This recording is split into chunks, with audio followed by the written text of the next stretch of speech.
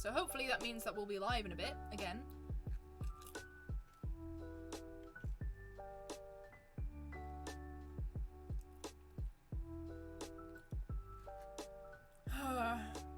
They really do keep just disconnecting my fucking thing. It's annoying.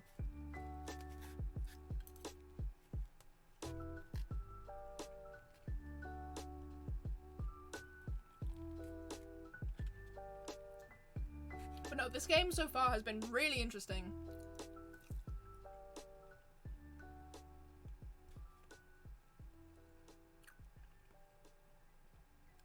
And the thing is with this game is that it feels so fresh and new, because it is, right? It's a completely new game, and it's like entirely different and unique, and yet there's so many parallels to like the first Ace Attorney game. And it's really interesting to like play through that, knowing as much as I do about the first game from playing it so many times, and then playing this really fresh, this really new game that feels very different, and seeing everything to do with that is so interesting. Give me 2 seconds.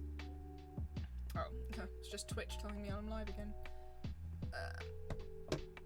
Yeah, it's very interesting. It's so interesting to go through all that.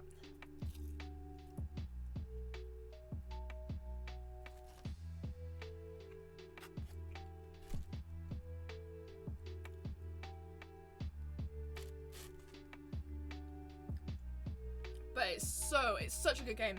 I'm enjoying myself so much. Like, it's really something new and interesting, and it has such the Ace Attorney feel to it. Like, everything that I loved about the first trilogy is here, and like, to be fair, everything I love about the new trilogy as well is also in here. But most importantly for me personally, it feels a lot like PL vs AA, Professor Layton vs Phoenix Wright Ace Attorney, which is my favourite game in the series, in both series. It's my favourite one, because just everything about the music, the characters, the story, and just the way the game flows, I just loved it. I've only ever played it once, but I loved it to the point where, like, I don't know, I just loved it.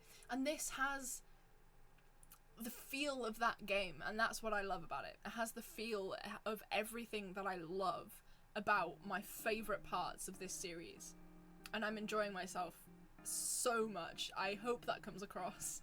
I'm so, like, I'm not even making that many comments, but I'm just, like, wanting to get through it.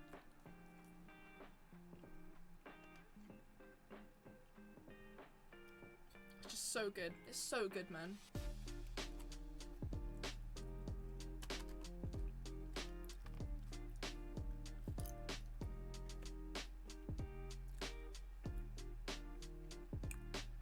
Weird. This is the first stream where no one's actually been chatting, which is a strange feeling.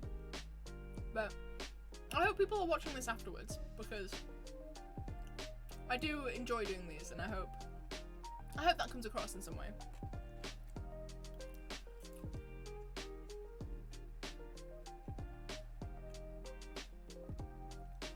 I reckon we're about halfway through the case now. Oh, something else that's interesting is that that's completely new to this series, to this game, is that there's investigation portions of the game, and there's court portions of the game, right? But so far we've had an entire case that was a court case. We've had an entire case that was an investigation case, and now it looks like we're getting another one that's completely a trial. It's completely court. Unless although it's been suspended now, so maybe we get to investigate some and then go back to court or something, but for some reason I doubt that. I'm excited to see how that's going to play out. I assume the 4th and 5th case, definitely the 5th case, I hope, will be a mix of both, because I don't hate it, but it is definitely strange. It's weird to get accustomed to. It's weird not being able to investigate the scene of the crime, you know what I mean? That I'm going into trial for. It's just a weird change of formula that I don't mind. I don't mind it, honestly, but yeah. It's interesting. It's definitely interesting.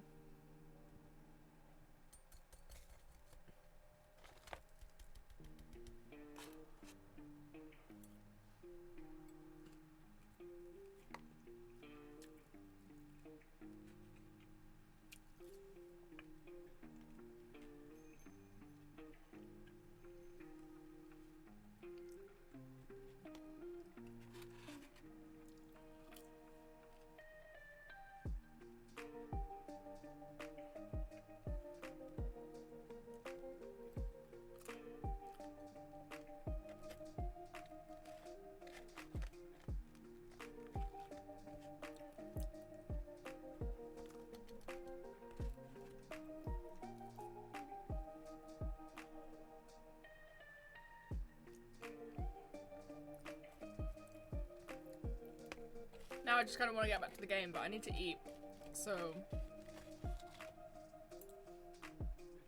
don't really know what to do.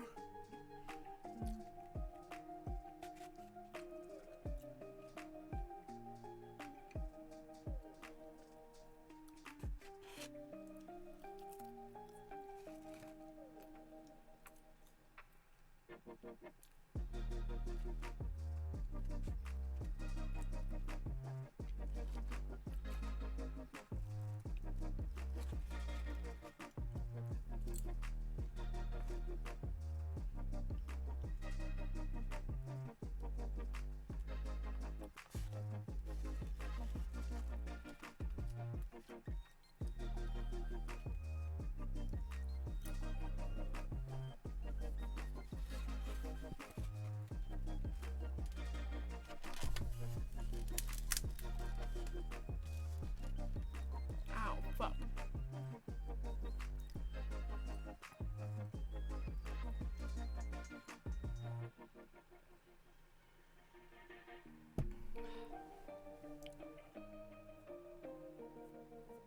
Oh man, I just want to keep going, but I need to eat.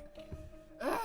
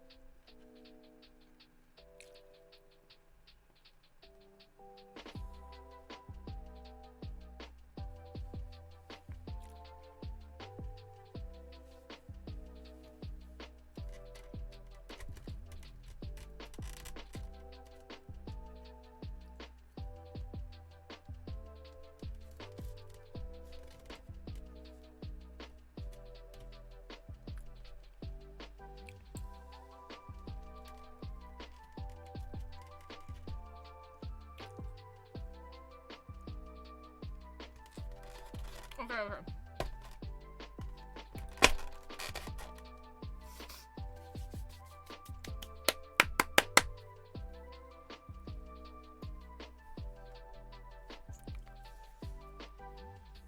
Okay. That was like a 15-minute break or something, so let's keep going. Fuck. Stream beats. Turn off stream beats. Just so that we can keep going. I'm excited, I'm excited, I'm excited. Oh shit, sorry.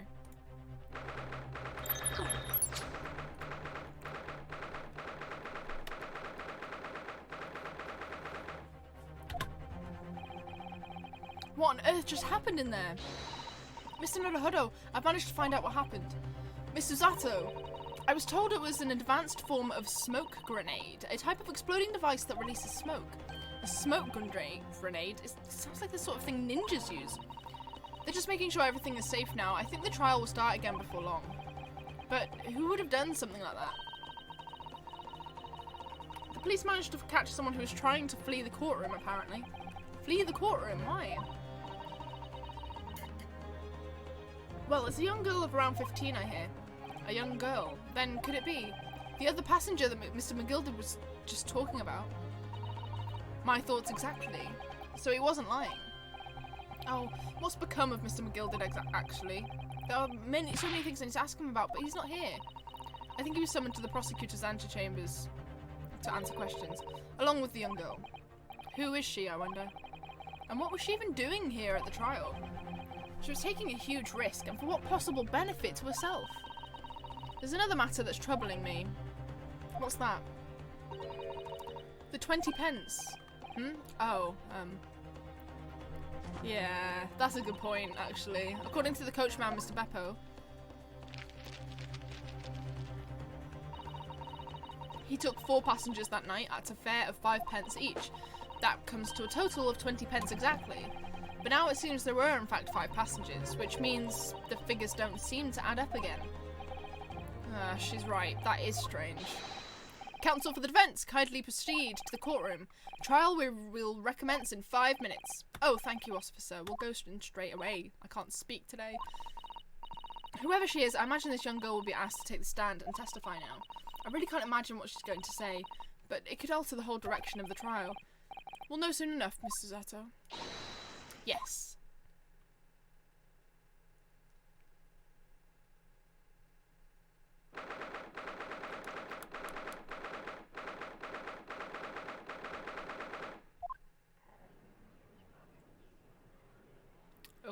Okay. Hello. There's the young girl next to Mr. McGilded, look. She must have been the one who caused the disturbance before. Well, after that rather eventful recess, the court will now resume the trial of Mr. Magnus McGilded. Now then, Lord Van Zeeks. My lord? I believe you have established the cause of the smoke which veiled proceedings earlier. Seems to have been an advanced form of smoke grenade, of the sort typically employed by the army. Good gracious, the army! What in the devil's name? It was an elaborate attempt by a young girl to cloak her escape from the public gallery, but she was caught. And now occupies the stand. She seems cute. Your name, girl? Are you responsible for the smoke grenade which induced such pandemonium here in my courtroom? What is the meaning of this deplorable behaviour? If I may, my lord. My lord? Yes, Mr. McGilded. I think perhaps I ought to explain here why it is that this wee lass was here in the first place and why she tried to bolt like that. 'Tis all tied up with the events of that night, so it is. Very well, Mr. McGilded, give your testimony. You will explain to the court exactly how this young woman is involved in the case. Just what did happen that night? It's not like a defense lawyer needs that information or anything. Oh. Defense attorneys have never had it easy. The young girl. On the night in question, I took the back seat in the omnibus and promptly nodded off. Then, begorra, a loud thud and a wee scream woke me up with a fair start. There was a fella collapsed on the floor at my feet, so I sat him up on the seat across from me. Then I turned to find out where that scream had come from, and bless my soul, what did I find? There was a child in there, all curled up in a ball, hiding her wee self away. I'm confused. I remain somewhat baffled, I confess, but from what I gather, on the night in question, this young girl was indeed riding in the omnibus, is that correct? It is exactly as the defence counsel said. This lass was the first passenger, my lord. She is cute, I like her outfit. Very well. The defence may now cross-examine the witnesses. Are you ready, counsel? Yes, my lord. Or rather, no. I have no idea where to start.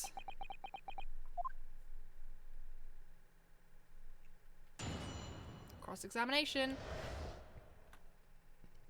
The young girl. On the night in question, I took the back seat in the omnibus and promptly nodded off. Hold it! When we first got onto the omnibus, were there any other passengers already on board? I'm still hungry, man.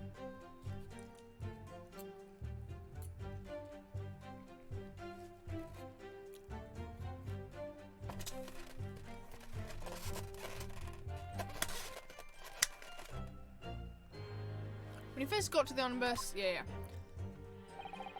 Well, there were not. The cabin was empty, and there was no one on the roof deck either. You were the first passenger, as it were. I see. Aye, and that's why I took the backside as I did. It is the most comfortable, so it is. Could you explain exactly what you mean by the back seat? By all means. This is how you already described it earlier. I'm talking about the seat opposite the one in which the poor gentleman who was stabbed was sitting. Like I said, it is the most comfortable and where I feel most at ease. And of course, I enjoy gazing through the skylight from time to time as well.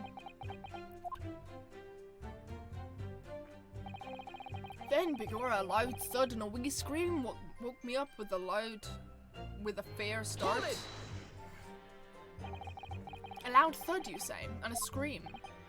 Aye, that's right. How can I explain it? It was like the sound of someone falling to the ground. That sort of noise. I kind of went Scottish there for a second. Do you think it was the sound of Mr. Mason falling to the floor having been stabbed?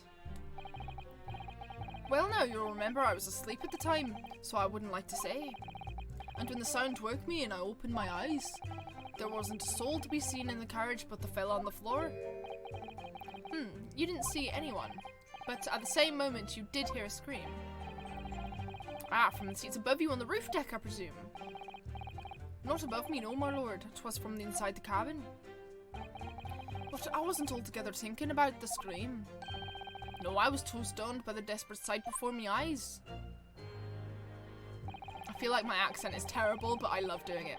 There was a fella collapsed on the floor at me feet, so I sat him up at the seat across from me. Hold it! So that explains the whole picture thing that I was confused about earlier. You sat him up, the victim, you mean? That I did, on the seat across from me as I did. I could plainly see the poor devil was already gone. And you wouldn't leave a dead man just lying on the floor now, would you? 'Tis common courtesy, so it is. I find that a little hard to believe. Oh, that was the wrong voice for that guy. Our Lord Van Zeeks. Now, why would that be? You wake to find a man lying dead at your feet in a carriage. Any normal person would hail the cabman. Any upstanding member of London society, that is. Well now, as you know, I'm in something of a special line of business. The business of lending money at exorbitant rates of interest. Unfortunately, my lord, not everyone is thankful for the help I offer them, and some would even see me dead. So I do try, where at all possible, to avoid getting myself in a tangle with trouble. Are you suggesting that you're just going to leave the man there? Heavens alive, no. I was always intending to report it, so I was. Only I had a mind to find out what the whys and wherefores first. The whys and the wherefores? Right you are. There were some details I wanted to understand before anyone else got to meddling. That wee scream I heard, for example. Wouldn't your good self just do the same? Yes, the scream he says he heard at the same time as the thud of the victim collapsing. Then I turned to find out where that scream had come from, and bless my soul, what did I find? Hold it! You turned? I'm afraid I don't understand. I'm sure you told the court that there was no one else in the carriage except yourself and the victim. So I did, sir, so I did. As far as I could see, that is. What do you mean by that? Well now, 'tis a queer thing. The wee scream I heard as I woke up. I find it hilarious when people use queer, the word queer in its old terminology, but obviously it's an Irish guy in the late 1800s, so obviously it came from, if you'll excuse the vulgar expression, under me backside. Oh, in the cabin, in the little open thingy. Good gracious, under your backside. And when I lifted the seat on which I'd been sitting, I found there was a wee cubbyhole there for storage. Mr. Naruhodo, we can examine the omnibus ourselves, remember? Yes, of course, the whole bus was submitted as evidence, and I already did. This would be a very good time to have a thorough look around inside. And that's when I found her. There was a child in there, all curled up in a ball, hiding her wee self away. You say she was hiding herself? Aye, that's right.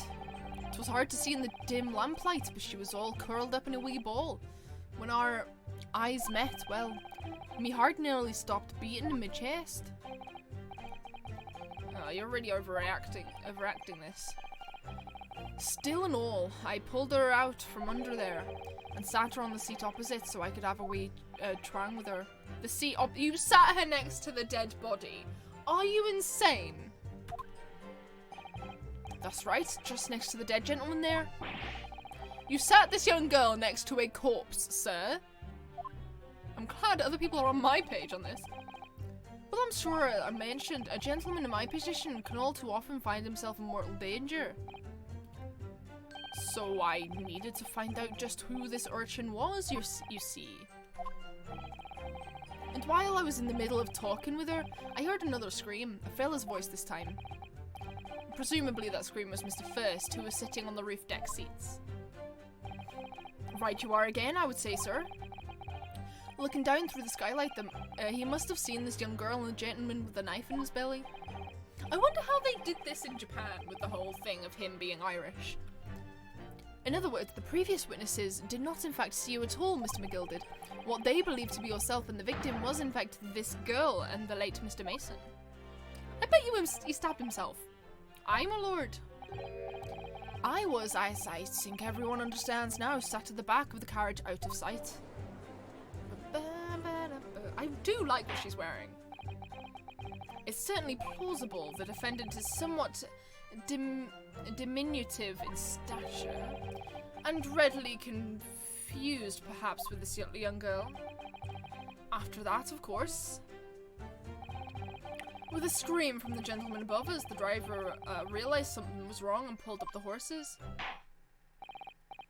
Thank you, I've heard enough. The events as explained are clear in my mind. However, at least one conundrum remains. Who is the girl? Her name is Gina Lestrade, my lord. She's a chancer, earns her crust among large crowds, relieving people of their purses. What's commonly called a pickpocket. What? This girl here, a petty thief. Like her hair, she has like her braids. Order! Order! Is this true, Miss Lestrade?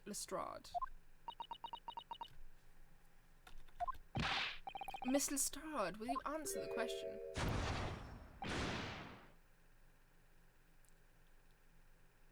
I think I like this girl.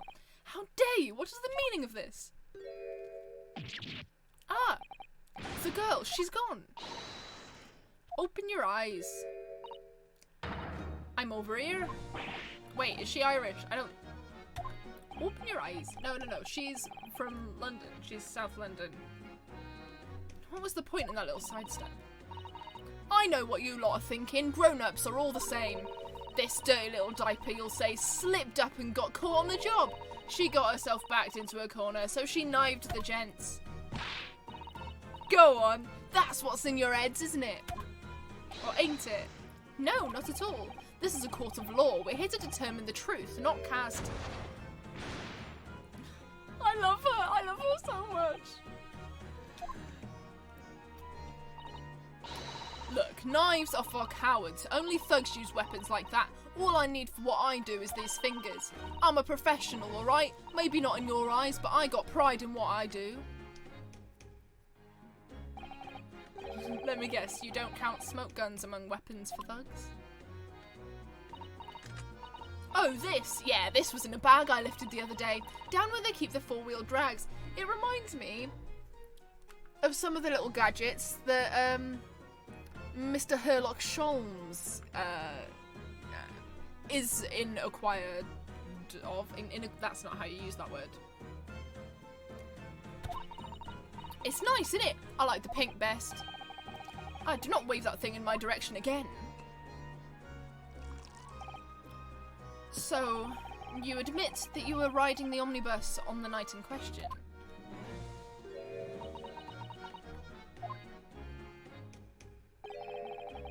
It is alright, lass. You can tell them the truth now. I love her. Alright, yeah. Just like the Irish man said. He was Irish. I'm glad I got that right. The court accepts this girl, Miss Gina Lestrade, as a valid and significant witness in this case. Accordingly, young lady, we will now hear your testimony, if you please. It wasn't her who killed the guy. I fucking hope not. Because if it's another 15-year-old girl who committed a murder, I swear. You will tell the court exactly what happened in the omnibus on the night in question. Alright, if I have to.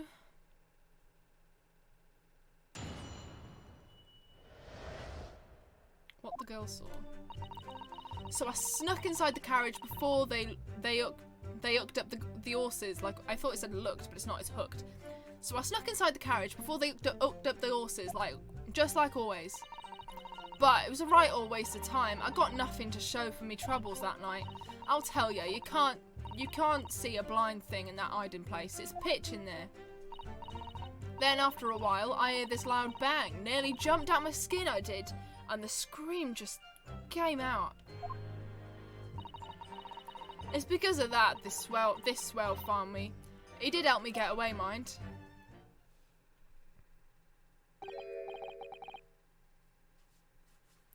Yes, he let you go. I fail to understand why you'd let this street urchin go, Mr. McGill did. Oh, 'tis simply... fucking hell, switching between accents. Simplicity itself, my lord. You see, she couldn't possibly have killed the other passenger. I knew that for a fact. How? As I'm sure I said before, sir.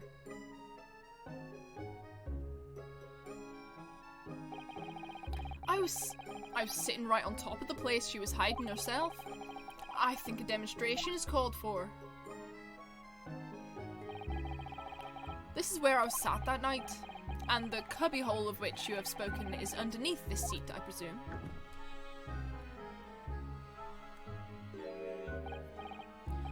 Yes, it does appear just large enough to accommodate someone of the girl's stature. Aye, but of course, the wee lass was stuck in there, because I'd parked myself on the seat for the duration. Ah. So you see, that's why I let the lass bolt. I knew that if the police found her here, they'd automatically assume she'd done it. But I couldn't live with myself if a young life was ruined when all the time I knew she was innocent. Even though you must have realised your action would result in your own innocence being called into question. Not at all, my lord, not at all. I knew in my own heart that I was innocent. So I thought it was worth taking a punt on my own good name for the sake of this less fortunate lass. My goodness, what a perfect gentleman. My lord, this fine example of a man cannot possibly be guilty of a heinous crime like this. I'm ashamed of myself for ever doubting you, sir. Yay, we did nothing and he's on our side.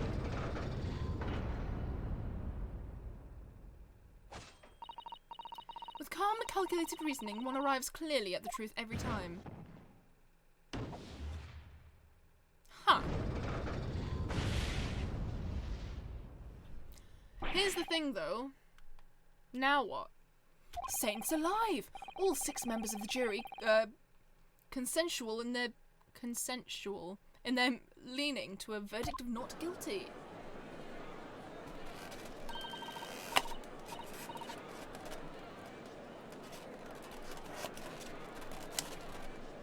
Give me 2 seconds.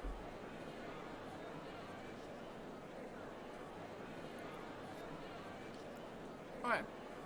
Mr. Naruhodo, this, well, it must mean what? That we're victorious! We've won? Are you sure? Objection!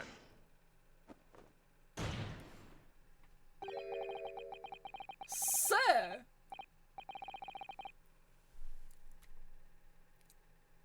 The fuck? If the sight of my iron-heeled Wellington offends, pray do forgive the discourtesy.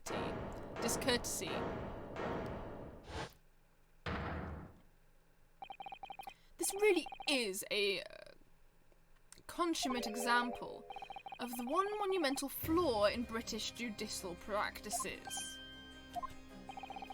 Where evidence and reasoning should be paramount, emotion rules the day. Emotion? The witness's latest statement gives us a clear insight into his true nature. And what do you mean his true nature? Do you really think Scotland Yard would have made such a glaring omission After the incident, the omnibus was comprehensively searched by officers of the police. Obviously, the interior of this cubbyhole, as the witness put it, was included in their investigation. The compartment under the posterior seat was full of the coachman's belongings. It's noted in black and white here in the police report. Good lord. The evidence has been tampered with. In order to corroborate Mr. McGilded's story, someone has unlawfully removed everything from under the seat.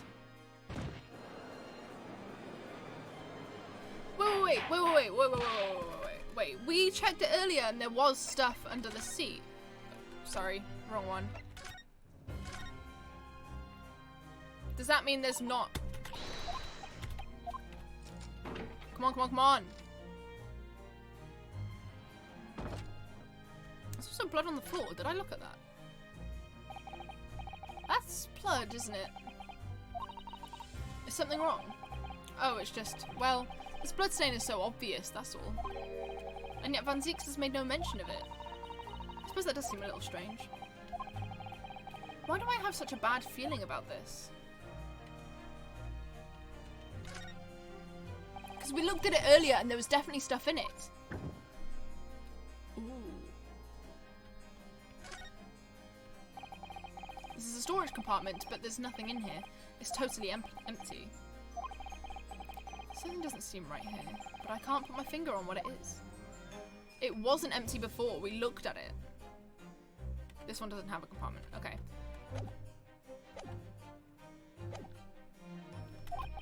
Order! How could such a devious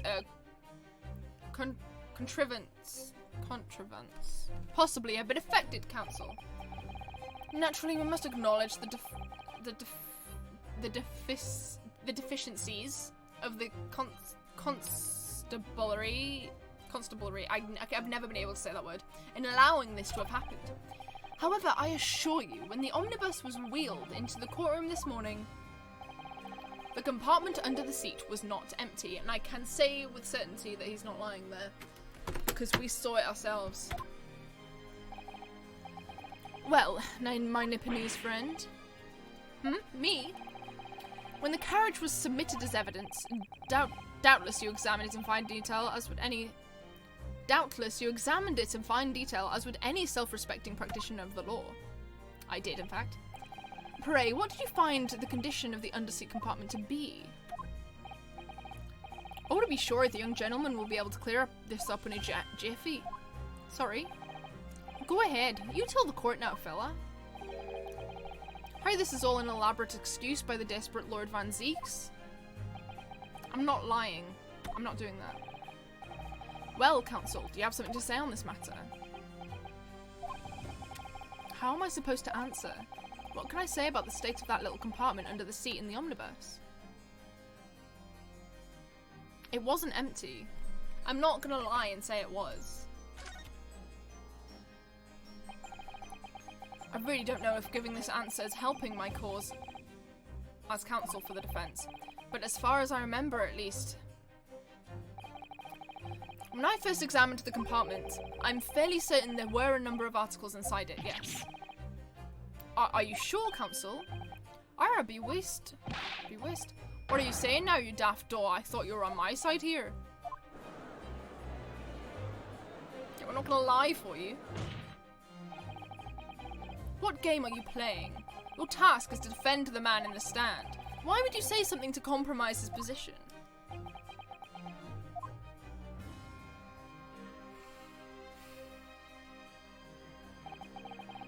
As the advocate for the defense in this trial, I confess I'm still not entirely sure where I stand, but it seems to me that I should state what facts I do know as clearly and honestly as possible.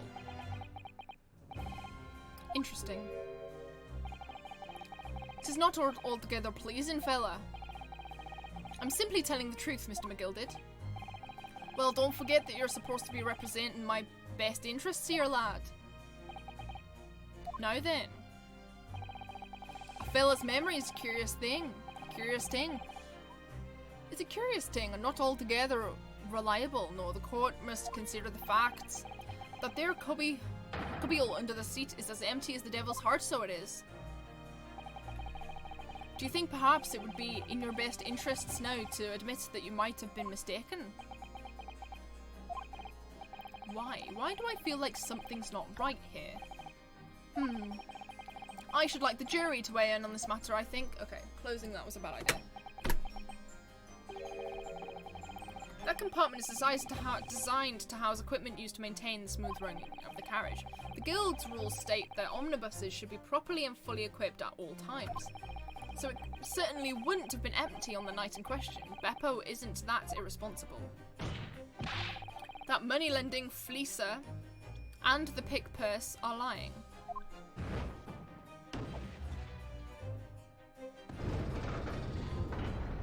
Fuck. Ah! I can't believe I was nearly taken in. The stinking rich are always stinkers, nothing but cowards, the lot of them. What? Oh no. It's a trick. Of course it's a trick.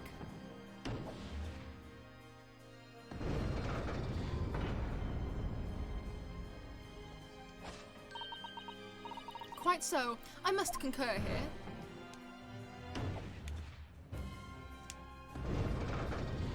Fuck. With calm, calculated reasoning, one arrives clearly at the truth every time.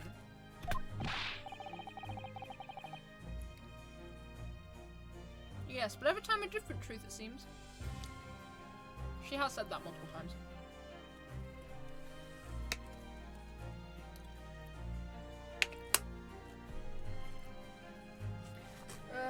I'm stress eating.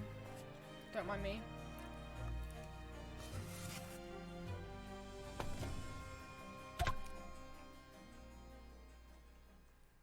Oh my god, that had so much salt on it. My lord, I humbly exhibit the scales of justice. Clearly a verdict of not guilty at this time would be wholly inappropriate. Thank you, counsel. But before we proceed any further, there is the matter of the outstanding cross-examination.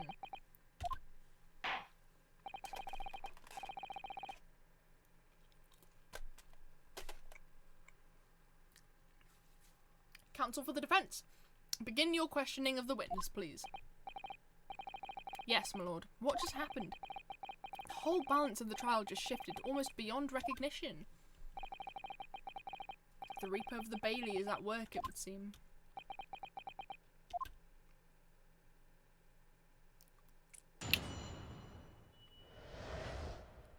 What the girl saw. So I snuck inside the carriage before they hooked up the horses, just like always. So you were already in the omnibus before it even set off on its run?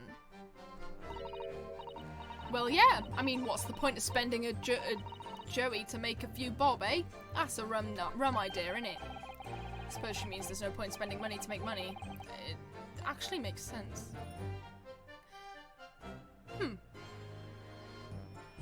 Well, no. You have to spend money and invest it in the right places that will then make you more money. That's how you make money. Counsel, may I remind you that this girl is a petty thief. Kindly refrain from entertaining her tenants. Well, that does clear up the little mystery of the fares and all. 4 paying passengers at 5 pence apiece, making the 20, to which the cabman testified. And 1 little scapegrace riding for free. Riding for free. The red conch of a driver always goes for some grub before his last run, you see.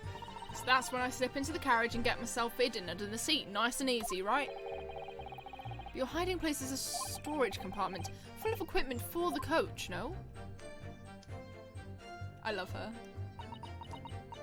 I love her. Yeah, there's brushes and buckets and whatnot in there, sure. I always chuck all that out and cram it in a corner somewhere. No one ever seems to bother much. And yet, according to the reports filed by the police officer who first arrived at the scene, the compartment was full of such paraphernalia. Well, I know nothing about that. Like I said, I moved all that stuff out so I could hide under the seat. That's all I can tell you. Seems we reached the end of that line of enquiry. Continue. But it was a right old waste of time. I got nothing to show for me troubles that night. Hold it! A waste of time? Why is that? Well, most nights I'm on my own in the God permit, at least some of the time. God permit? God permit. Oh yeah, well that's what my kind call it. You'd say the omnibus, I suppose. The point is, any normal run, the carriage ain't got no one in it for a while. And that's when you get out of your hiding place and get away. That's it, only that night. This cove was sat on me from the start. Sat on me steep from the start. And he didn't budge the whole way, did he? Not 1 inch, I was totally stuck. Do you mean to tell us that you were present in the carriage for the duration? You were under the seat the entire time while events unfolded in the enclosed cabin? Yeah. Right, mister? To be sure. I was as shocked as anyone. You don't expect to lift the cushion you've been sat on and find a child now, do you? So this Miss Lestrade. What's her name? It must be a pun, and I don't know what it is. Gina Lestrade. Gina Lestrade?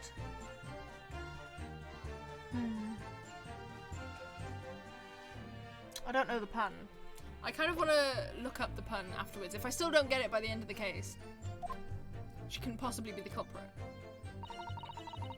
I'll tell ya, you can't see a blind thing in that hiding place. It's pitch in there. Hold it! So you couldn't see into the cabin at all? Not a jot. Most days I push the cushion up with me head and look out the crack. Then I can have a butcher's at who I'm gonna fiddle. I thought you were a pickpocket, not a butcher. That's not what that means. I mean, I can have a look. The seat I get under ain't as plush as the other one seat. So most of the time, passengers plant themselves opposite. But for some reason that night, this here Irishman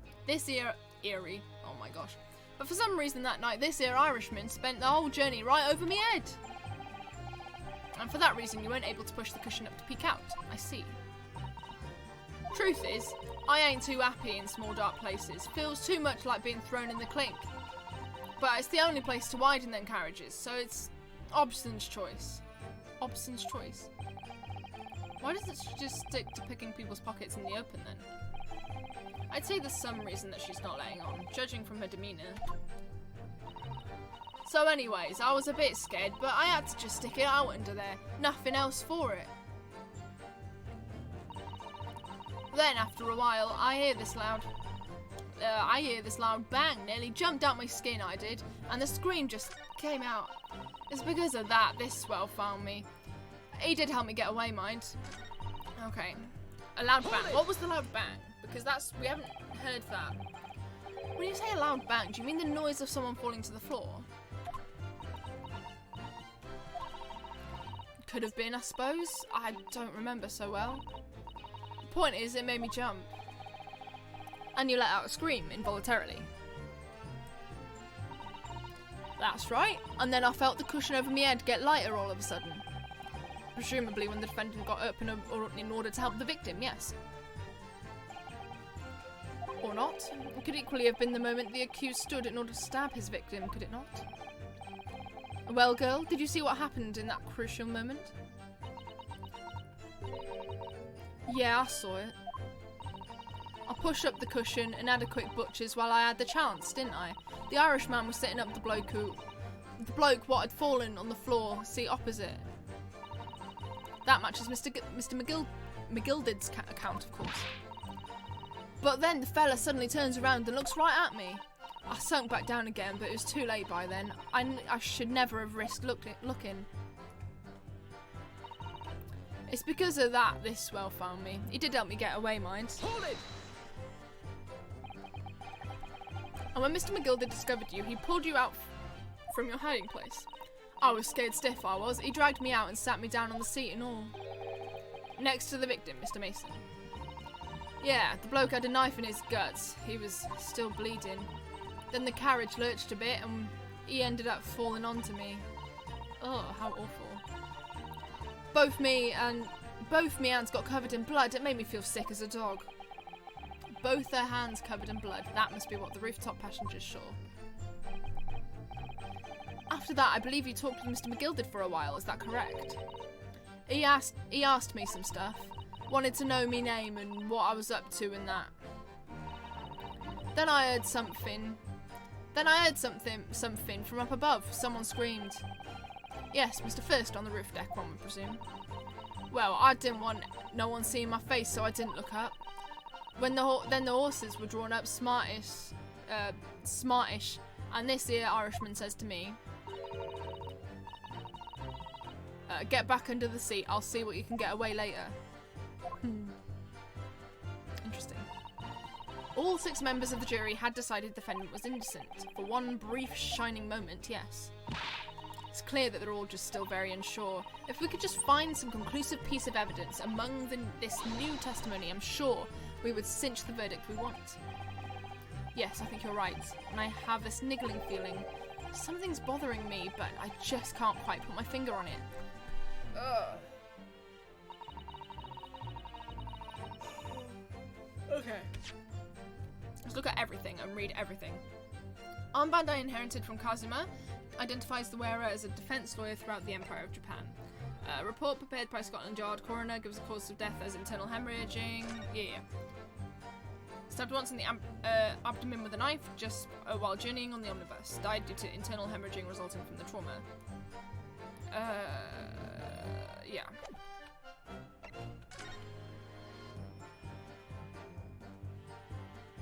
This missing button is going to become a thing, surely.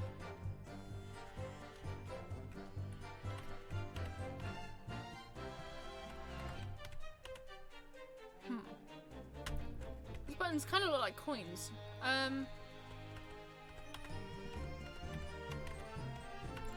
Okay.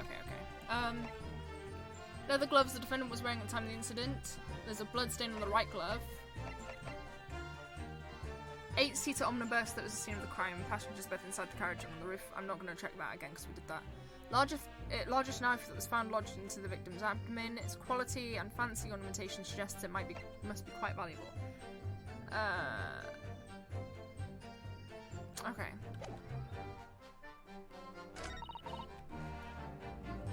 Right waste of time. Got nothing to show for me troubles that night. Can't see a blind thing in that item place. It's pitch in there. After a while, I hear this loud bang. Nearly jumped out my skin, I did, and the scream just came out. Because of that, this swell found me. He did help me get away, mind.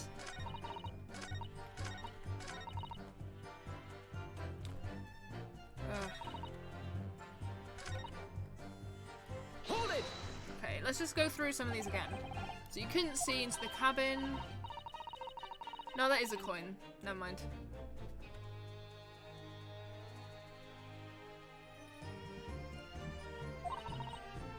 Can have a butcher's who I'm gonna fiddle. Thought you were pickpocket, not a butcher. I mean, I can have a look. The seat I get under ain't as plush as the other one.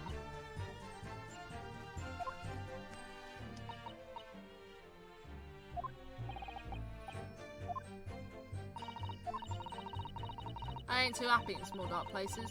Feels too much like being thrown in the clink. Excuse me. Is something wrong, Mr. McGilded?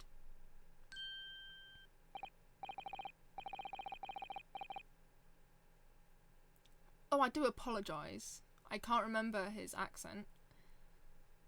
Was there something the matter, Counsel? There it is. There it is. I'm just wondering if Miss Lestrade's last comment made something occur to you, perhaps. You seem to be thinking something to yourself. Oh, no, 'twas nothing important. I was feeling bad for the poor lass is all. I remember feeling desperate myself as a young lad, shut up in the dark. 'Twas terrifying, so it was. I see, yes, I'm sure we can all sympathise. Still scared of the dark now. Aye, and I don't know about yourself, but I find that the darkness seems to make everything you hear seem that much louder as well. Yeah. I suppose it does, maybe. Miss Lestrade? Did you hear something that night? Anything? An unusual noise, perhaps?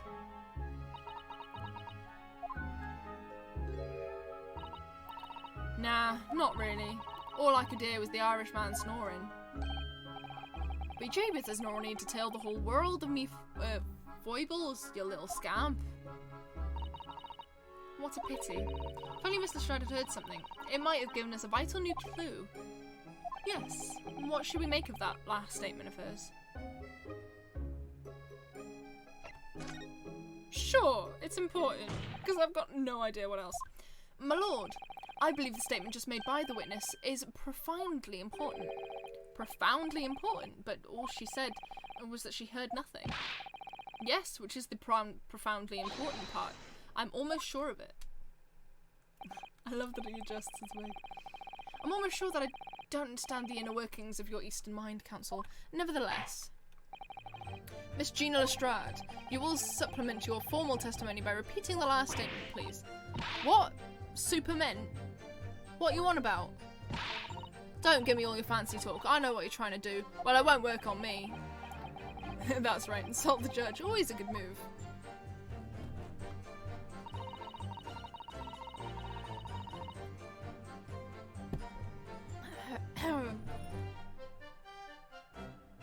I was straining my ears to work out what was going on, but all I could hear was snoring. Okay. I'm gonna look through evidence again.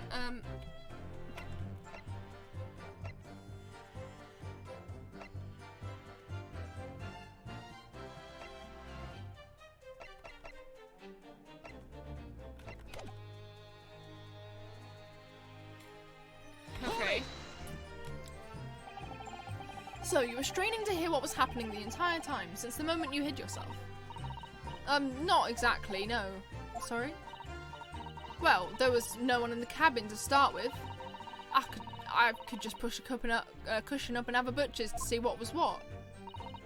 But then I saw this swell getting on and got my head down, so it didn't notice me. And Mr. McGill had sat on the seat under which you were hiding, correct? Yeah, wouldn't you Adam and Eve it, eh? What a mug. So then all I could do was listen. I was waiting to jump out of there as soon as I heard him leave, you see.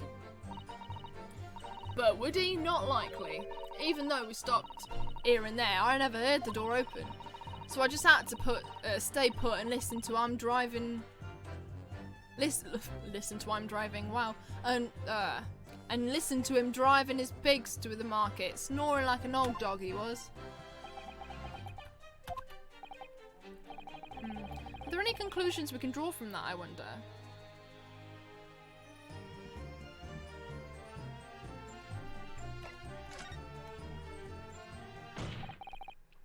Miss Lestrade, what you've just told the court is clearly at odds with the facts. Is it? I don't think it is. Are you sure, man? Absolutely.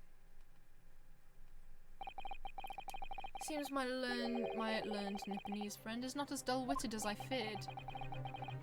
So you realised it too, so there is something! I have no idea what it is. Counsel, I must insist that you bolster your claim with evidence. Or some complicit party's name at the very least. Fuck.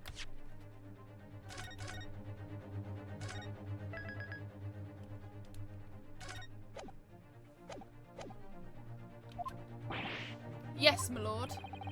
I expect you to demonstrate this alleged contradiction to the court.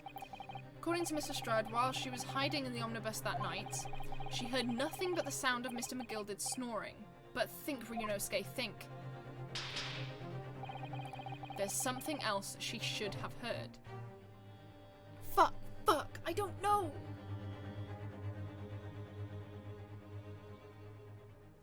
Okay, let's look at the... She should have... I mean, she should have heard the carriage, right? It makes sense to be hearing the carriage and the horses and shit like that, right?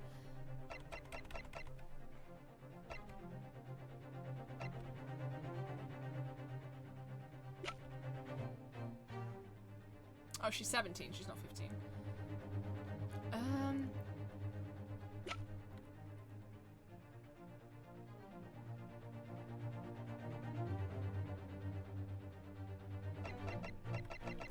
present the carriage.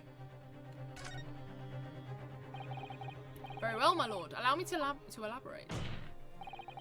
On a particular sound that Mr. Lestrade could not have failed to hear on the night in question.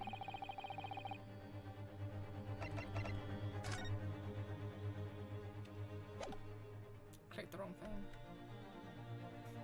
Take that! It would seem phantoms are at work again. Fuck. Time in my Nipponese friend's ears. I concur. No sound is apparent to me at all. Well... Let me introduce you to a sound that will be very real indeed, however. Okay, fuck that. Load.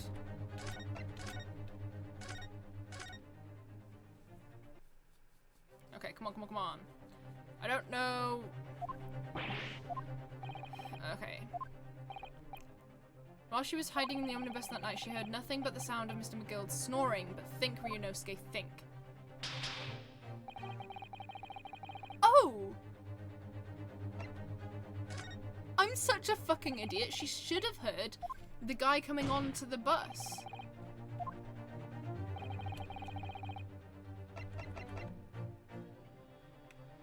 Take that! Obviously, I'm an idiot. Thrice-fired Mason. What's his actual first name? Yes, my lord. The sound that Miss Lestrade cannot have failed to hear is that of the victim, Mr. Mason, boarding the omnibus. Order, order. Explain your reasoning, counsel. Miss Lestrade, allow me to confirm something. You claimed earlier that you were the first person on board the omnibus. Is that correct? Yeah, of course I was. I got on whilst the driver was in the pub, didn't I? And the next person to board the omnibus was Mr. McGill did. That it was. Not a soul in the cabin when I climbed aboard. At least not in plain sight. So you were, to all intents and purposes, alone in the enclosed cabin of the omnibus at that time. Did I not just say as much? I wasn't travelling with anyone else, if that's what you mean. Yeah, I saw him get on, remember? Through the crack under the seat cushion. It was on its own, for sure. And from what we've heard, the carriage made a number of stops after that on its own onward journey. During which time, did you not hear the door opening or closing at all? Nah, I never heard it. That's exactly what I was listening for, weren't it? Waiting for this swell to leave. In which case, when and how did the victim end up in the carriage? We know that the victim collapsed inside the enclosed cabin of the omnibus. Therefore, Miss Lestrade's statement about what she did or did not hear is at odds with the facts. Yes, this petty thief's statement was clearly flawed. Lord Van Zeeks? Yes. He knew. He knew all too well that there was an inconsistency in Miss Lestrade's statement. It would seem words of thanks are in order for my learned friend. What are you talking about? You have demonstrated matters impeccably. This witness and her colourful statements are entirely unreliable. Her words are convenient untruths, nothing more. Fuck off, no it's not. She's adorable. He's dead right. How could the victim possibly not have boarded the omnibus? That makes no sense whatsoever. This girl is a pickpocket, let's not forget that. No!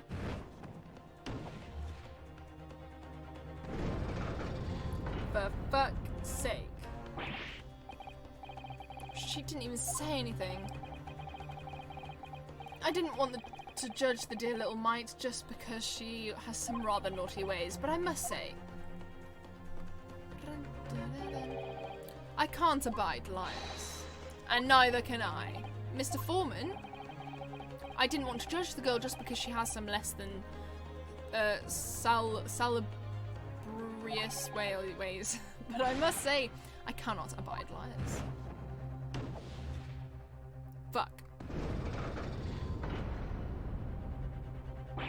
Okay, but here's the thing. If she's lying, that doesn't mean anything about his guilt. Surely. Mr. Naruhodo, that's 5 jury members leaning towards guilty. Well, your consideration for others is refreshing, my Nipponese friend. To the considerable troubles you have spared me.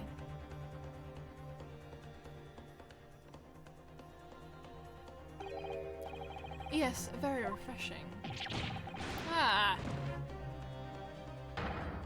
Girl, what are you playing at? Have you forgotten who you're working for, you useless Eastern what? Stop doing that with your tongue. Junior member 2 is the only one left. Mr. Naruhodo, the way this is going, I know, if we can't find some new way to convince everyone of Mr. McGilt's innocence, the judge will rule and we'll have lost. I very much wanted to believe the words of one of London's most respected gentlemen, but those of us in service know we must accept hard truths. She said the same thing again. Hold it!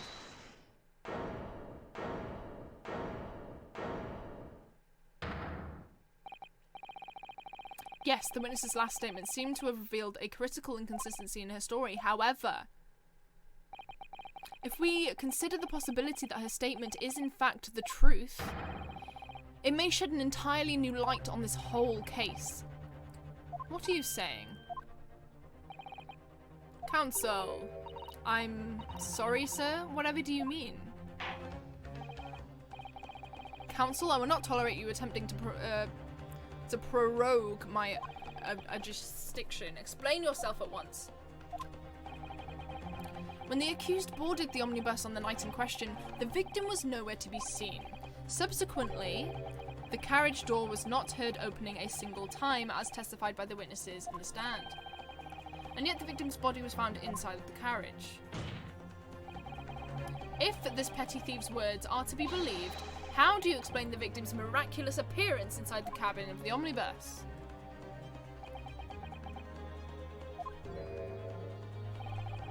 There's only one way to explain how the victim came to be inside the carriage.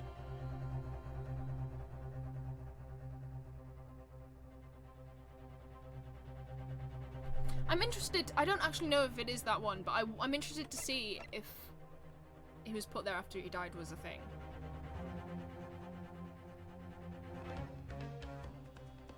Okay. No, wrong one.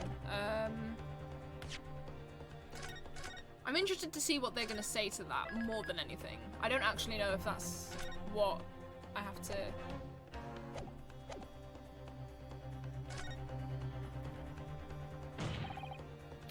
Obviously, the victim must have been placed in the carriage after he was killed. Tell me, my learned friend, what was the function of that obviously in your last sentence? Well said, Lord Van Zeeks. The obviously is troubling me also. No, that's really not the point. The point is that the victim must have been moved into the carriage afterwards. Then answer me this. How could a cadaver have been placed inside a moving carriage? Well, obviously, I shall have to penalise the defence heavily for this rambling. Yeah, fair enough. Okay. I just wanted to see what would happen more than anything. I knew it wasn't that one. Come on. There's another entrance. Who's in there already? It's one of these two and I don't know which.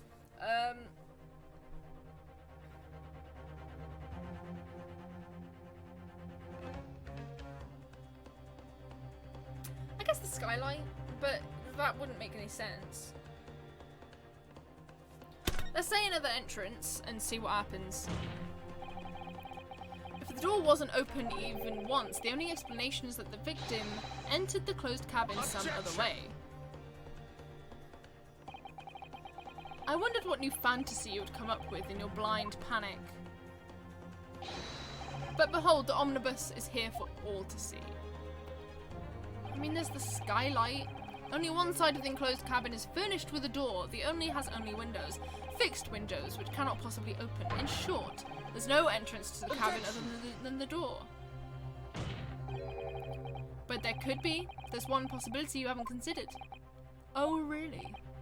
Yes, one other way inside that isn't the door. Another opening, the use of which allowed the victim to appear inside the closed cabin.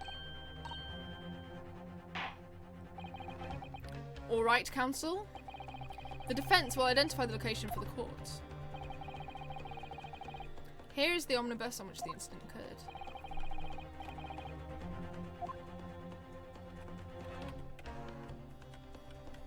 I'm going to say the skylight. Take that! The answer is obvious. It could have only been the skylight. I say the skylight. Objection! Your ludicrous proposal almost has me lost for words. Objection. However, the skylight may well be large enough for someone to pass Objection! through. So you claim, but do you have a shred of evidence to support your addle-brained theory?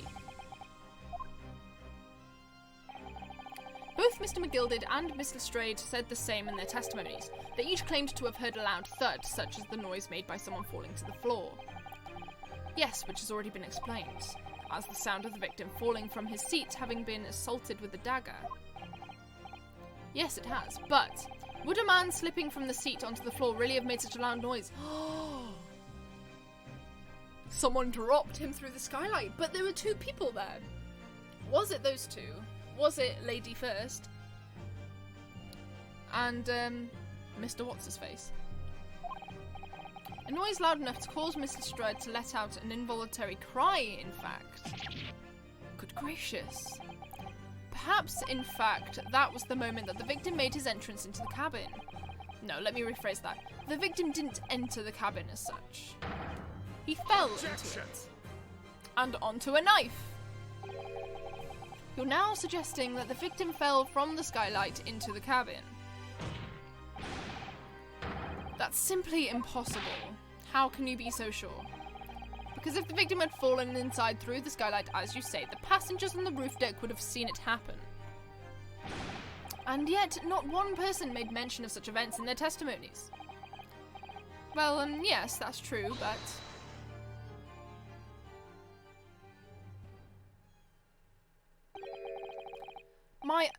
a humble fella make a wee comment here.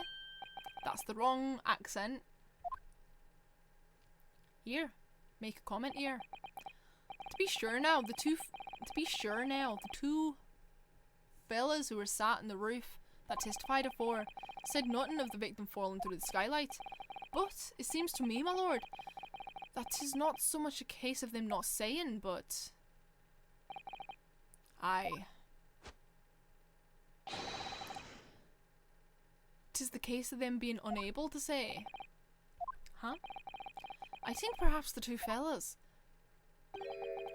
do be having something of a compelling reason to not mention what happened. Would yous not agree, fine ladies and gentlemen of the jury? Oh my goodness, surely not. Those two chaps on the roof. You mean the ones who stuck that knife in the man were... Oh. Oh!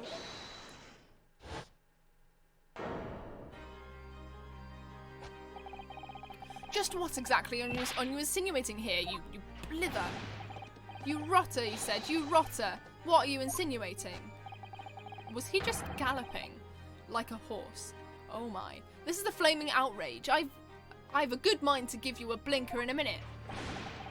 He'll give you a shiner in a minute, he said, and so will I. Mr. Fairplay, you're effectively accusing me, a city gentleman and well-respected banker, and me, a very, very angry hatter, suggesting that someone like me could have stabbed that man in the guts. It's a disgrace, it's scandalous, I protest in the strongest possible terms. That's right, I protest too. About you, you rotten scoundrel. He's just laughing, look at him. Order, order, order. This is not the time, witnesses. I will not permit this wanton invasion of the stand. Please, return to the anteroom at once. But this is beyond reason, my lord. It's outrageous. It's very hurtful, you know. My lord, if I may comment. Go ahead, Lord Van Zeeks. It was the defense that incited this outburst from the witnesses. My learned friend has seen fit to abandon all protocol and accuse the witness without proof.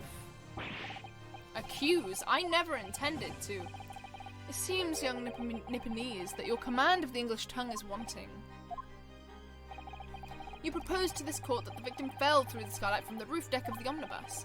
That hypothesis cannot possibly stand without the rooftop passengers being aware of the events.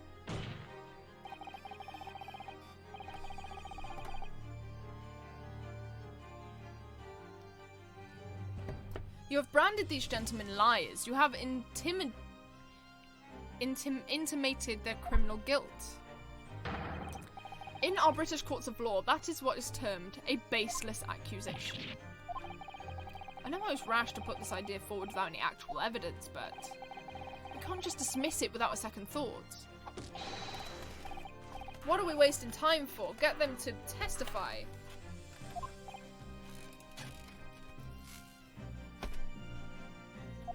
Where's my... Does anyone know where I put my fork? Found it.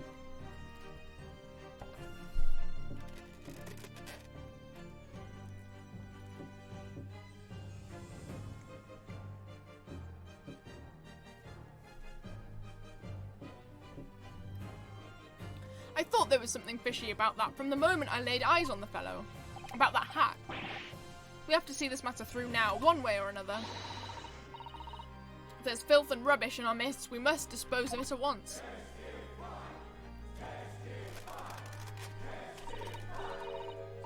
What's happening, Mr. Minadohodo? The spectators in the public gallery are there in a complete frenzy.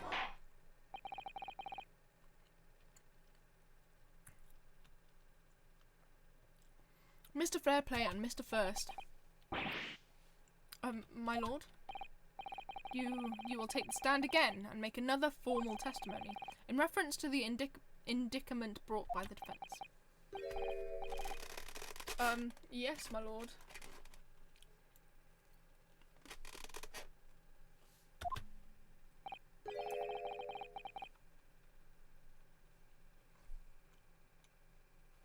I didn't come here for this.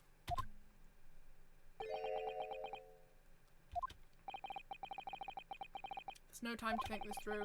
All I can do is keeping pushing forward.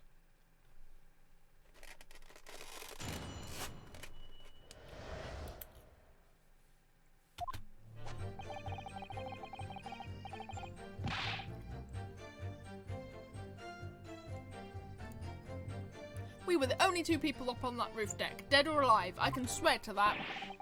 If anything had happened where we were sitting, don't you think one or the other of us would have noticed? In any case, neither of us know the first thing about the victim. We had no reason to kill the man. The skylight was shut the entire time, I tell you. We couldn't possibly have opened it. If you're so sure the victim fell through the skylight, where's your proof?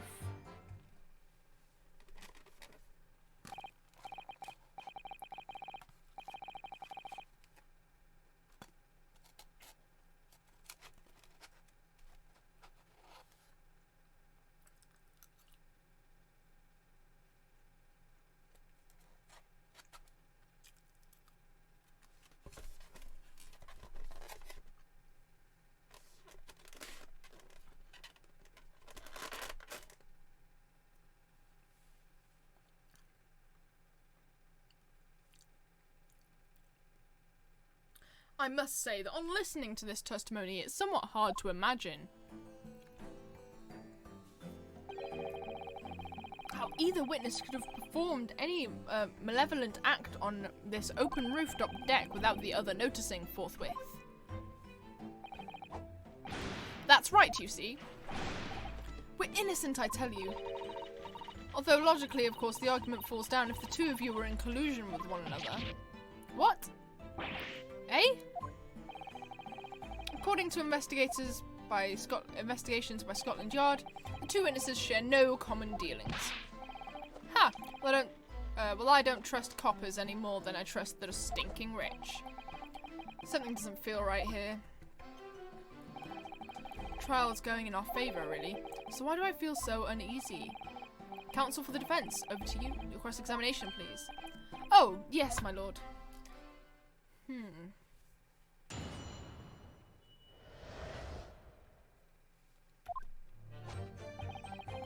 We were the only two people up on that roof deck, dead or alive. I can swear to that. Hold it! So at no time did the victim, Mr. Mason, climb up to join you on the roof deck? Absolutely not, Dickon. No question about it, he said. None at all. Oh, but yes, of course, I remember seeing them both. I saw the victim inside the enclosed tavern talking with this man here. Is this true, Mr. McGilded? Dear me, my lord, at the risk of repeating myself, I boarded the omnibus alone and nodded off inside almost immediately. That's an outright lie. Without doubt, you were engaged in... Let me stop you there, fella, and ask, do you have any evidence at all? At all? It is all about evidence in the courts these days, so it is. Oh, wait, I forgot about his accent. It's all about evidence here in the court these days, so it is. You do well to remember that. I saw you with my own eyes. This is going so well. If anything had happened where we were sitting, don't you think one or the other of us would have noticed? Hold it! Well, it was on the final run of the omnibus at past 10 o'clock in the evening.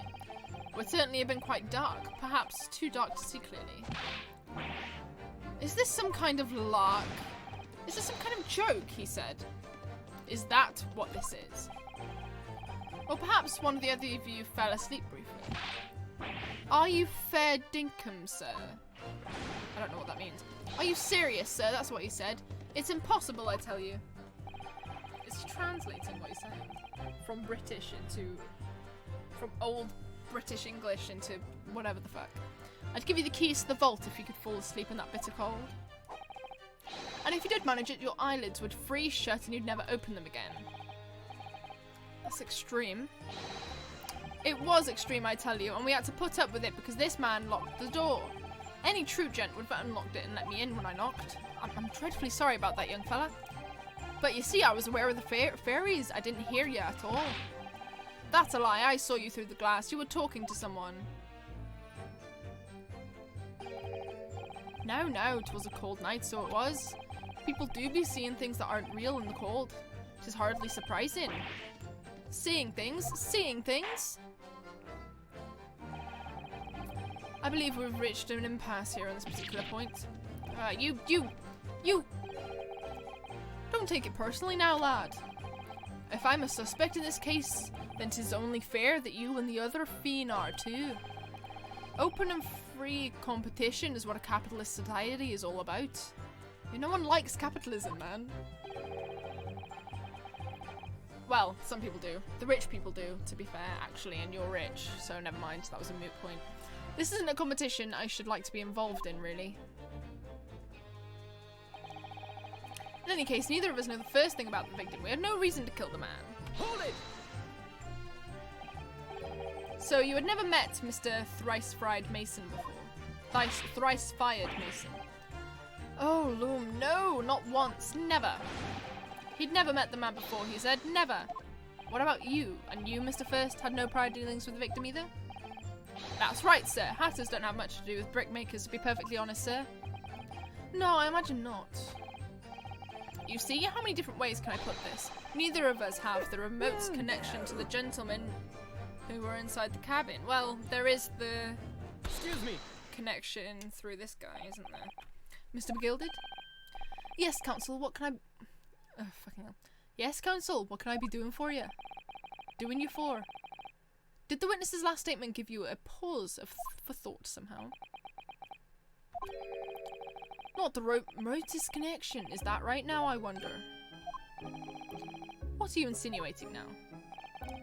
Ah, Mr. Fairplay, it has been too long, so it has. Eh? If I'm not very much mistaken, I believe it is fast approaching, is it not? Your repayment day.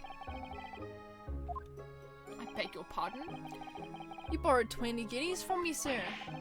At an uncontrollable rate of interest. You tricked me. It's extortion. Well now, is that a touch of begrudgery, is it? the sort of begrudgery that might motivate a fella to pass his crimes off on another.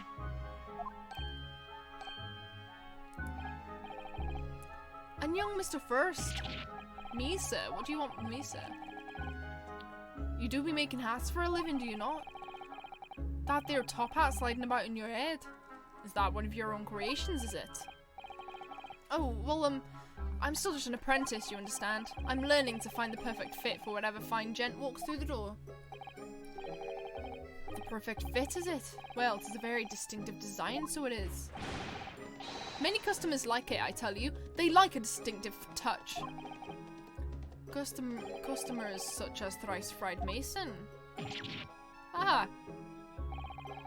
There was a photographic print of the victim submitted as evidence for my lord. Oh, this you mean. He's wearing quite an unusual hat. I can't help thinking that the poor fella's hat looks distinctly familiar, wouldn't you say?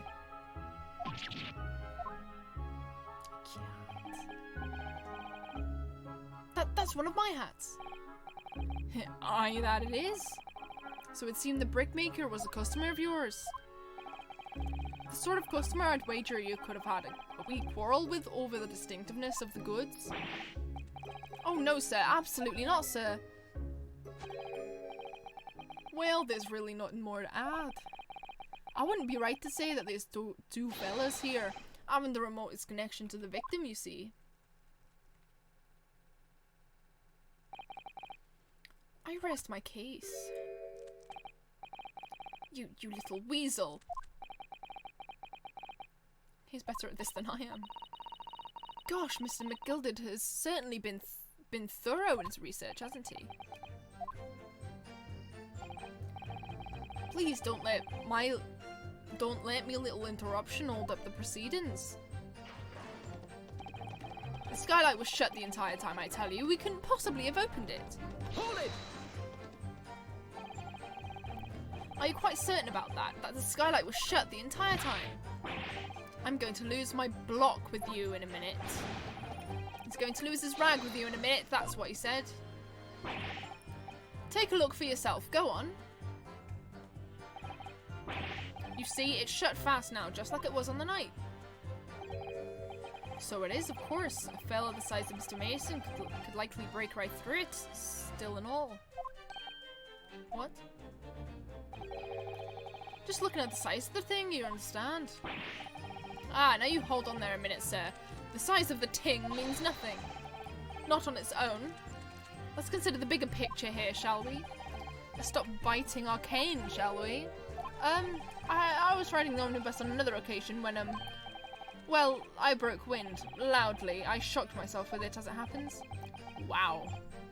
Okay, this is an unexpected confession, Mr. First. Oh, I just mean to say, well, the point is, I tried to open the skylight, you see. But, just my luck, I couldn't make it budge. The stench was terrible. Everyone was looking daggers at me, sir. I went as red as rogue, I did. That's quite funny. Are you expecting me to sentence you? Oh, no, sir. The point is, the skylight can't be opened. I tried and tried when I was inside that cabin of shame. Was that her voice? It's so cute. I love her so much. Excuse me. Excuse me. Wait, that ain't... Do you have something to say about that, Miss Lestrade? Gina. Miss Lestrade.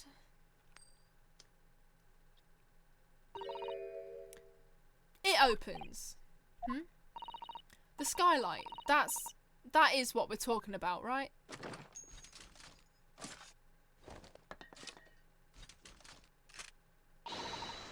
All them skylights open, dead easy. More easily than you can load that weapon. That's a lie, I tell you. Otherwise, when I broke wind, You can't do it from inside, you mug. Oh. Look, a few weeks ago, I was up on the roof deck of one of them drags, and I had a great haul. I mean, I had purses coming out my ears. Mr. Strad, this is not the form to be eulogized. The subject of criminal activities. Well, anyway, I had a bit of a scare. When I lifted the last bloke's purse, he got wise to me. All four of them surrounded me, so I couldn't hop off the bus and leg it. So what I did was I used the skylight, opened the catch and jumped right through. Yeah, the catch for them skylights is on the top side. That's why you can't open them from the cabin. The skylight opens from the roof deck. Bailiff, climb onto the roof of that omnibus at once and verify this witness's claims.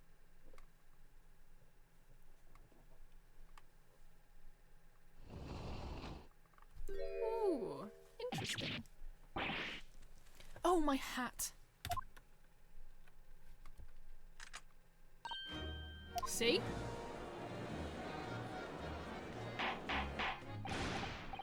Order, order, order! So it appears that the street girl's sentiment is quite true. I don't believe it. The skylight opens. And from the roof deck. Mr. Naruhodo, this could be the clue we've been looking for. Well, counsel for the defense, please continue with your cross-examination. Yes, my lord. So the skylight opens. Perhaps I should investigate for myself. Can we look at the skylight now? Because I tried looking at the skylight before and it didn't work.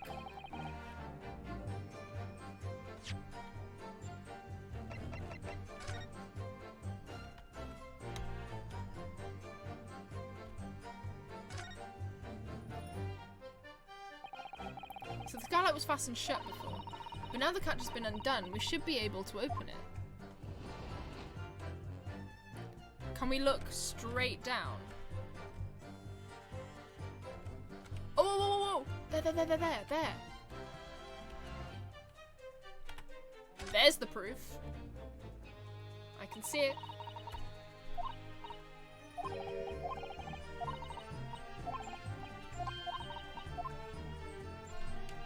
No. I didn't mean to do that.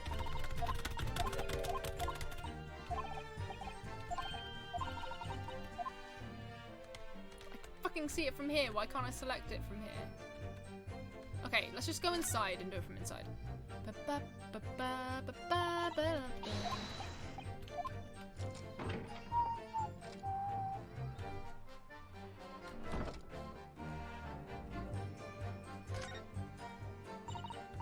Yes, it does open very wide, doesn't it? Wide enough to kick someone like you through, certainly, Mr. Naruhodo. Why someone like me? Ah, what is it? Look, just here, look at this. Blood. That's, without question, it's blood. Why would there be a bloodstain here?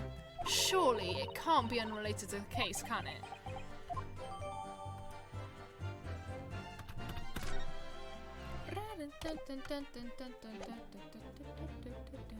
Objection! On that statement, because I remember what statement it was about presenting evidence. On the night in question, the victim was fatally stabbed in the stomach, and immediately afterwards, the victim's body was pushed through the skylight into the cabin below. Those are the facts, and the irrefutable proof remains clearly visible in the omnibus that stands before us today in this very courtroom. That's utter humbug. Ah, you can't possibly have any evidence. No, you can't. I mean, we didn't do it, I tell you. It's impossible. Irrefutable proof here in this courtroom. Counsel, my lord. I believe everyone would appreciate a little clarification here, Where exactly within the omnibus is this evidence to which you allude? We will point out what it is that proves the victim fell on the roof deck through the skylight.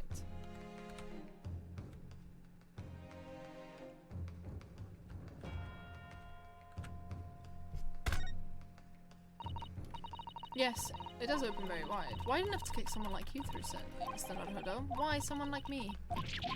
Ah, what is it? Look, just here. Look at this. That's without question. It's blood. I needed to present it and not just... Come on. Got it! Got it! By Jupiter, is that blood? Ah.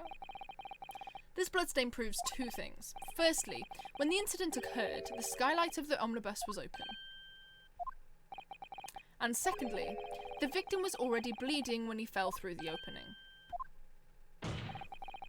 And so it follows that Mr. McGilded, who was inside the enclosed cabin himself at the time, cannot possibly be guilty of this crime. No.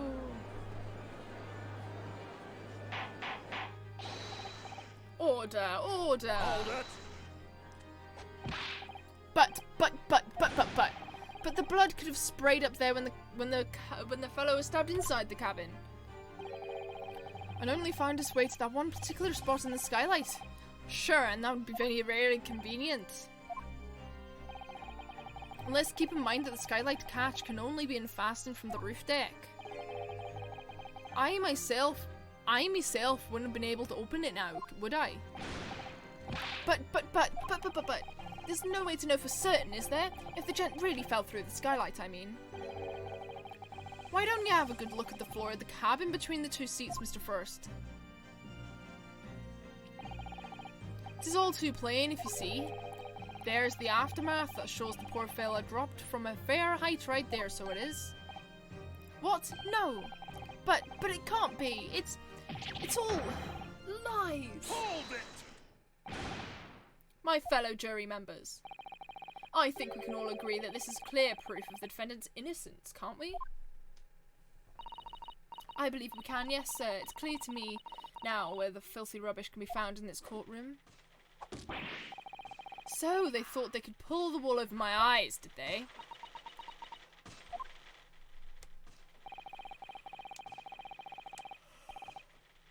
I won't tolerate any of the guild's carriages being sullied with blood. I won't tolerate it. Oh, I always knew that nice gentleman who gave us that delightful park couldn't have done such a thing. On three then, everyone. 1, 2, 3. Objection! Fuck off!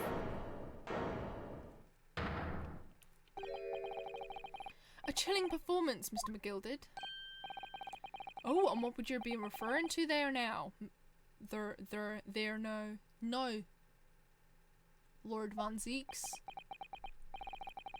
Bloodstain on the frame of the skylight. Such evidence is null and void. What? Why? For one extremely simple reason. That smear of blood never existed. Objection! What are you talking about? It's there for all to see and it's clearly Objection. blood. I personally attended Scotland Yard's investigation of the omnibus. The officers involved went over the carriage with a fine-tooth comb. So I can state with absolute surety, no such smear of blood existed in the carriage. At least not until this trial began. But are you suggesting, Lord Van Zeek, that this stain of blood was fabricated, my lord? Yes. While this court has been in session. What? Really? Whoa, the moon is so bright today. Sorry, got distracted. What a palaver. I must say I didn't expect such crude reasoning from a prosecutor of your standing, Lord Van Zeeks. But I'm Magnus McGilded, a fella known all over the capital for his fine contributions to public life. I don't take kindly to slander, and I'll fight it to the bitter end. Even if it's rolling off the tongue of the Reaper of the Bailey. Mr. McGilded, I realise that this is your first appearance in court as the accused. However, I'm well aware of your involvement behind the scenes in a great many affairs of dubious nature. You're very adept when it comes to avoiding getting your own hands dirty. And each time it happens that a case you're involved in is investigated, you adapt the facts. Adapt the facts? What's that even mean? When you wield a fortune the size of Mr. McGilded's, however ill-gotten it may be, nothing is impossible. Tampering with evidence, manipulating the scene of a crime, bribing witnesses. I toast your ability to concoct the most convenient of stories, sir. Tut, Lord Van Zeeks. This will not do, to be sure. Will it now, counsel? Oh, no! I think it's fair to say, this does all sound like a rather far-fetched excuse by a desperate man. The blood in the skylight didn't exist, you say? But if yous will cast your minds back, is it not true that the omnibus there has been in the courtroom the entire time? How could anyone possibly have put a smear of blood in it without the world and his wife seeing? The world and his wife. Isn't that right now, Counsel? It's true, the omnibus has been in full view the entire time the court's been in session. My learned friend, here's to hearing your opinion on the matter in your own words. But there is a time where someone could have done that.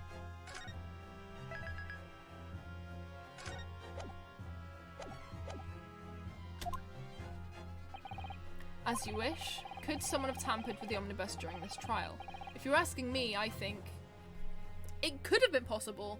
Do I say that, though?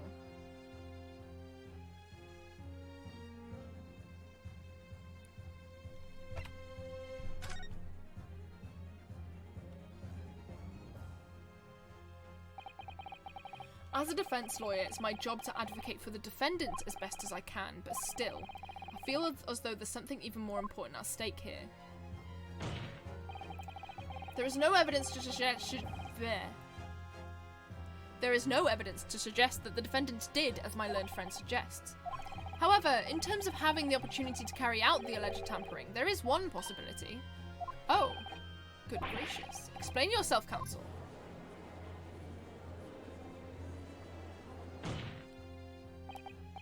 Yes, there is. It seems my learned Nipponese friend has no intention of running from this deceit. I'm sure everyone still remembers clearly the recess that we were forced to take. As a result of the smoke grenade fired by the witness currently in the stand, Miss Gina Lestrade.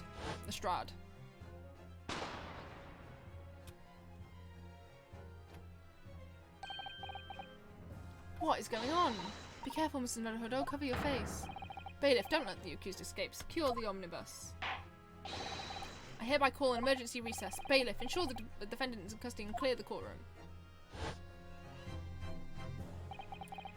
The courtroom was filled with smoke, and everyone was thrown into confusion. All of us were made to leave this chamber. In that brief interval, under the veil of smoke and in all the chaos, it could have been possible to steal inside the omnibus.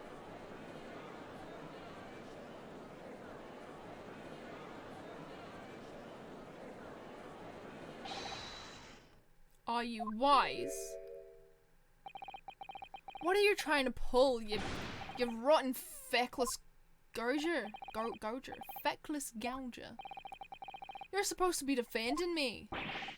'Tis a wicked plot. 'Tis a plot to undermine me, so it is. Whatever you think this is, it changes nothing. The facts are the same. After this courtroom was evacuated earlier as a result of the smoke grenade, a number of inconsistencies materialized in relation to the omnibus. Such as, to start with, the storage compartment underneath the rear passenger seat. When the police investigated the omnibus, this compartment was full of the driver's items. Secondly, we have the smear of blood on the edge of the skylight. As I've said, that was not present at the start of the trial this morning. Unfortunately, Lord Van Zeeks, no one is able to corroborate your claims. That's true. When the omnibus was first wheeled out, both the storage compartment and the skylight were shut. Accordingly, I'm afraid to say, we cannot establish with any certainty if this evidence is the result of tampering or not. Indeed, my lord, no doubt there was not a single person who saw fit to verify such things. What do you think? Sorry? About the omnibus. Is there anything else unusual about the omnibus?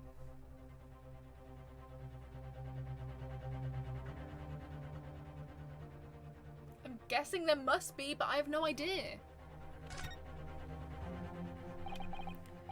If I'm honest, I don't remember what I examined when I went in that omnibus. I can't verify this either way. My lord, at this moment in time, the defense can point out one other inconsistency. A mark that surely could not have been present at the start of the trial. Really? Mr. Zato, what are you doing? I examined the omnibus with you, don't forget. There's something that seems out of place compared to how the carriage looked originally. That's what we need to identify now. Okay, I'm gonna just look at it now because I have no fucking clue what she's talking about.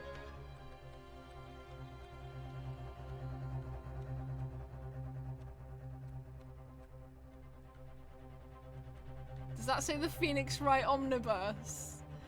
Mate, oh, the Phoenix Wright Omnibus.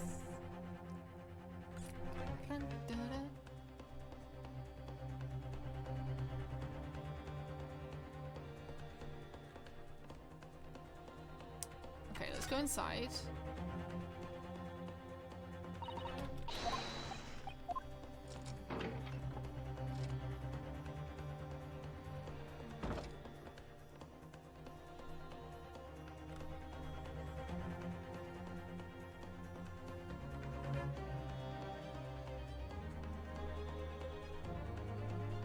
Was the bloodstain there before? Oh damn, we're back in the courtroom. Yeah, we are. We're about almost 5 hours into this case. And a lot of shit has happened in this case. I can't really explain it all. I'm just kind of... I'm baffled at the moment. This is blood, isn't it? Something wrong. Oh, it's just, well, the bloodstain is so obvious. That bloodstain must have not been there at the beginning. Fuck. It's interesting because these courtroom moments in previous games, in other games, usually you get, in one case, you get both investigation and courtroom. So far, we've had one full case of just courtroom, one full case of just investigation, and now it seems like we're getting one full case of just courtroom again, which is an interesting change of formula.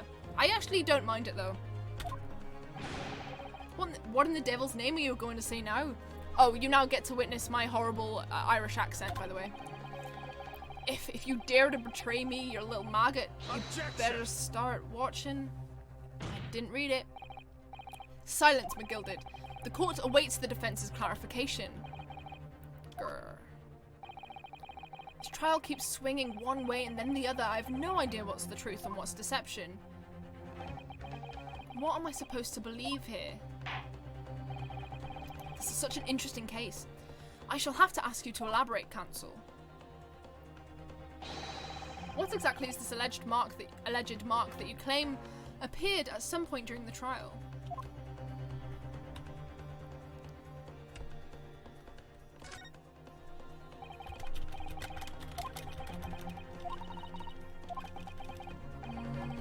Yeah. Van Zeek's made no mention of it, which means it must not have been there. Why do I have such a bad feeling about this? Okay, let's present that. There's no other mark I can think of. If we consider that the victim fell through the skylight onto the floor of the cabin, you would certainly expect to find signs of blood where he landed. But, as far as I recall, this bloodstain on the cabin floor was not there when the omnibus was first brought into the courtroom. Good lord. Yes, I do believe you're correct, counsel.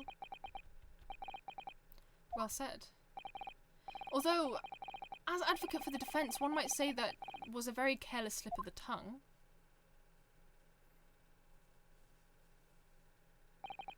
I believe that bloodstain on the floor is a decisive piece of evidence. But if the question is whether that evidence is genuine or whether it was unlawfully fabricated by someone, I feel compelled to admit that there's at least a possibility that the evidence is fake.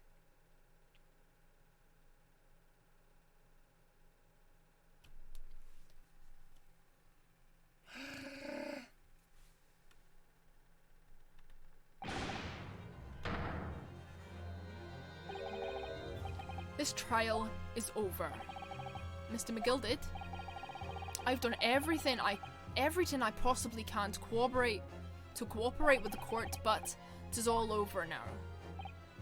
But you're the defendant. 'Tis over, I tell ya. Memory, recollection, what people think they saw. 'Tis all a nonsense. Facts are what counts, and the fact is that bloodstain is there, now. Ah, well. And over the course of this desperate trial, long and extremely drawn out as it's been, that good-for-nothing Reaper of the Baileys failed to present any decisive evidence at all. I'm scandalized, so I am. I'd thought better of Lord Van Zieks. Well, my lord. I must concur with the defendant. The unaffirmed recollections of an individual cannot stand as evidence. At this moment in time, the particular bloodstain in question is very much in existence, and in the absence of any credible method by which to prove its alleged previous non-existence, I regret to say that it would be improper for this trial to continue. Your lordship can't be serious. Lord Van Zieks, what is your position? The prosecution, my lord, has no further witnesses or evidence to present. Very well. In that case, as I believe we have explored every possible avenue in this matter, I shall proceed to my adjudication. As a formality, I am of course obliged to confirm with the defence first. What formality? As things stand at the moment, it would seem that Mr. McGilded will be found not guilty. Yes. Which would mean we've won. Is that really the right outcome here? Is it really alright for the trial to come to an end now, with all these unexplained inconsistencies? Counsel for the defence, your closing statement, please. This is so interesting! This never happened in any of the other Ace Attorney games. So many thoughts are buzzing through my mind and I can't make any of them clear right now. Yes, my lord. The defence believes... Fuck, what?!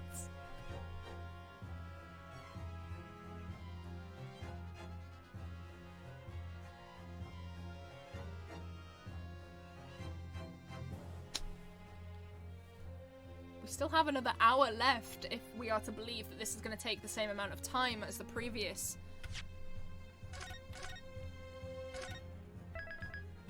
I mean, he could be guilty. He could be. But do I want to say that?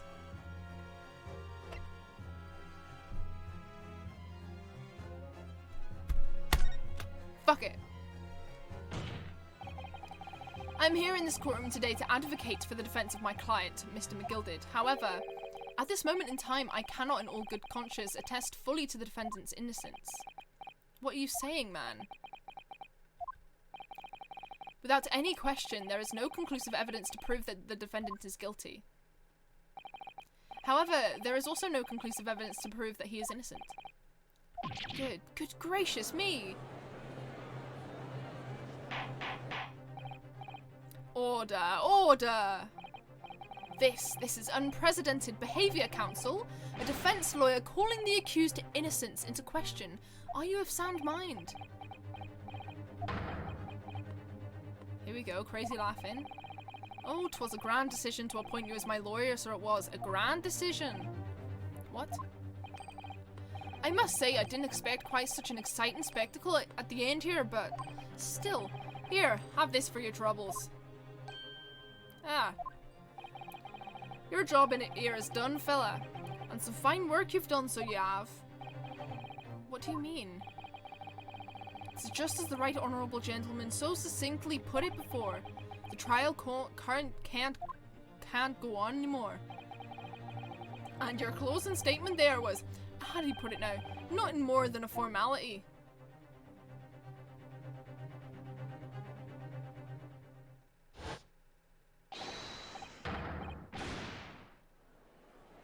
Oh yeah, people are definitely going to believe that you're innocent now. I really don't know what to make of all this. Was the evidence we've seen genuine, or was it fake?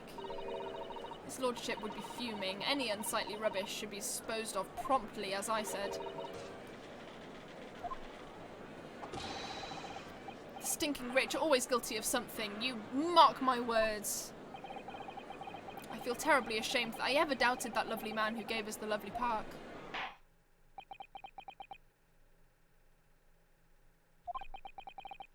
Now that proceedings have unfolded in this way, I am compelled to declare a premature end to this trial. Furthermore, the court must accept the defendant's plea.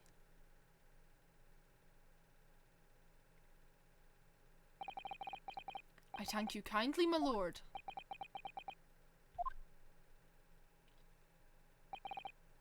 I hereby pronounce the verdict of this court. Objection. But we still haven't determined if the bloodstain in the omnibus is genuine or not. We don't know if the witnesses are telling the truth or a pack of lies. We have no idea about the truth. Lord Van Zieks, my lord. The case made by the prosecution was flawed, plain, and simple. If indeed the omnibus presented as evidence was tampered with, the prosecution is at fault for allowing such a disgraceful perversion of justice to take place. My sincerest apologies, my lord. But wait. When we were evacuated from the courtroom, Lord Van Zieks ordered the evidence to be secured. I'm afraid the prosecution cannot shun responsibility in this matter. That's so unfair. The culpability of the defendant has not, at the present time, been established by this court. Consequently, the jury will not be required to prefer judgment. What?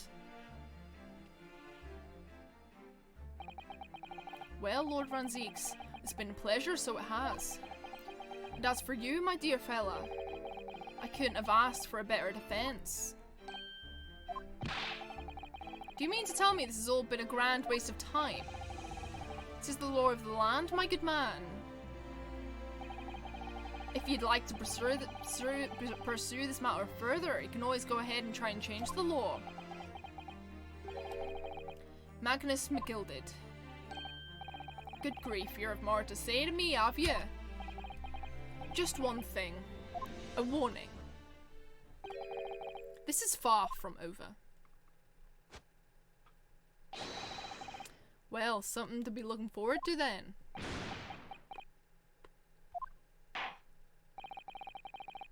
I hereby pronounce the defendant, Mr. Magnus McGilded, not guilty. What? What the fuck happened?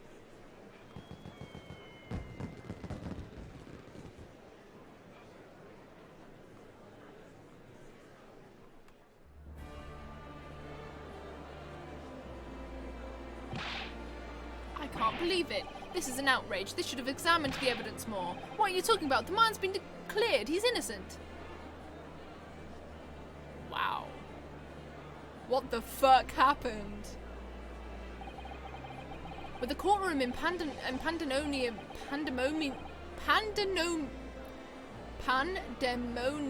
for the second time that day, the judge delivered his verdict. And my first ever trial in Great Britain came to an abrupt end, with the defendant being found not guilty. Ostensibly a victory for us. It certainly doesn't feel very victorious, though. What the fuck what actually happened? Who was the real killer? 18th of February, 5:14. Old Bailey, defendants, antechamber.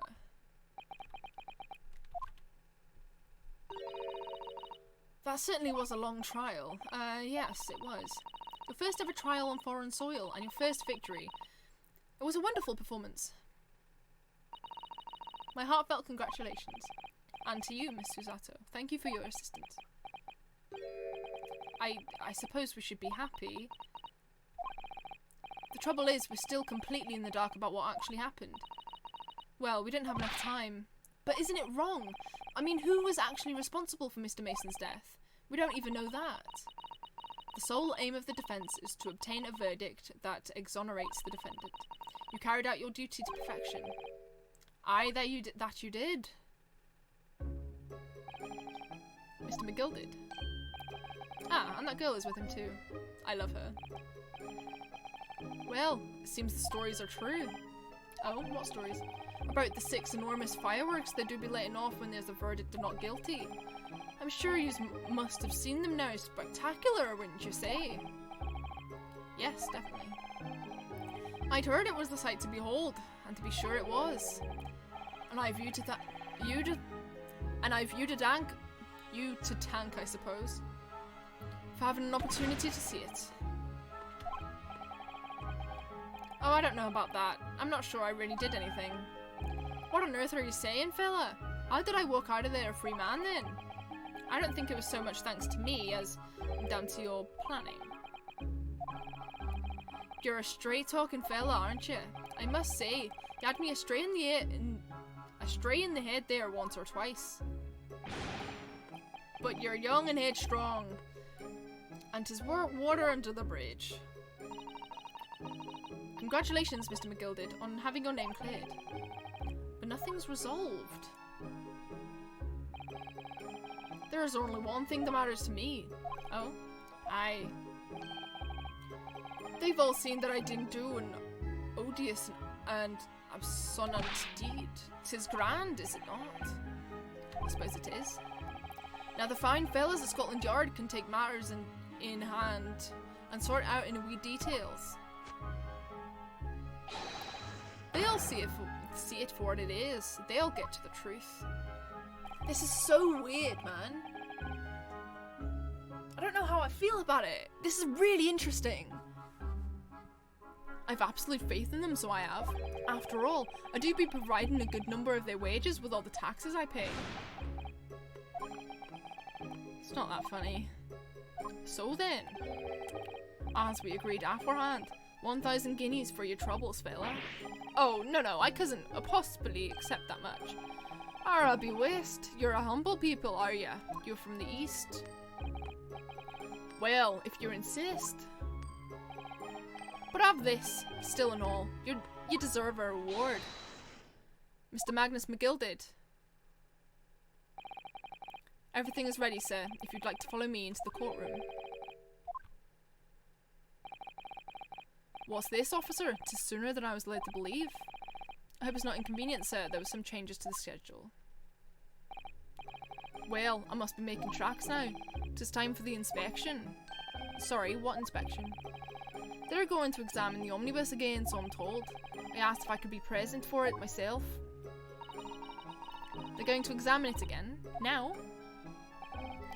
Naturally, I'm under no obligation to take part in any more of this matter now, but as an upstanding member of London society, I do be doing my best to help where I can.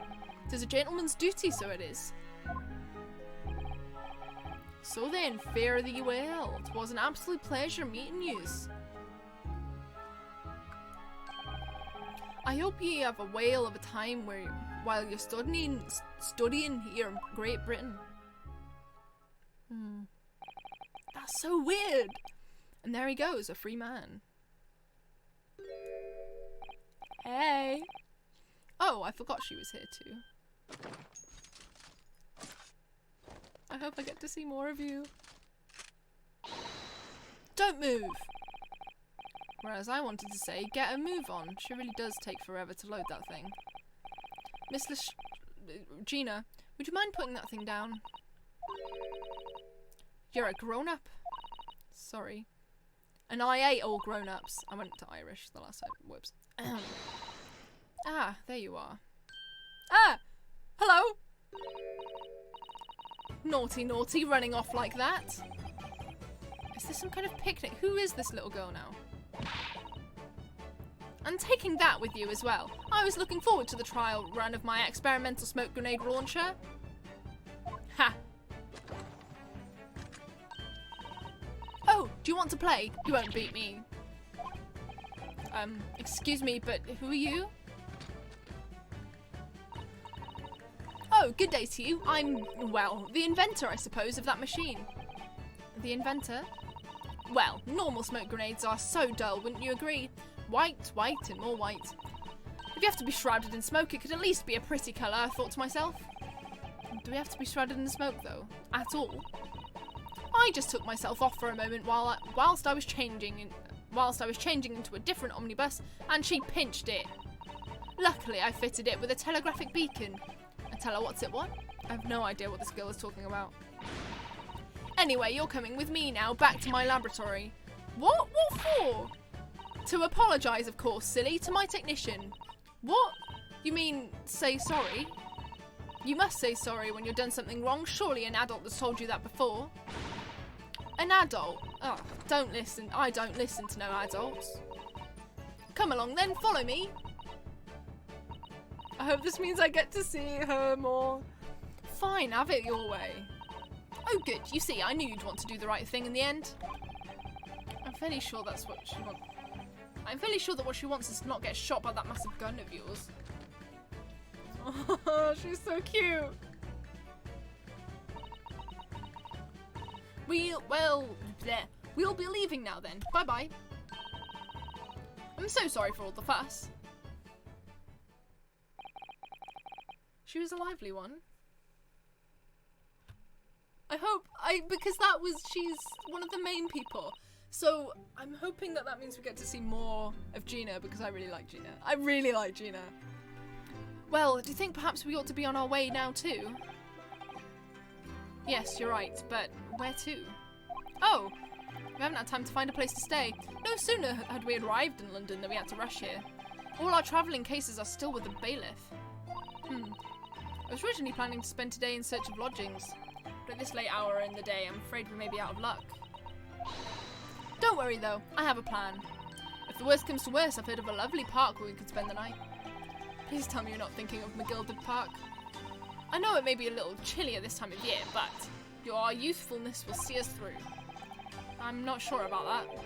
I think a midwinter London night will freeze a young person solid just as easy as an elderly one. Oh dear, that doesn't sound agreeable.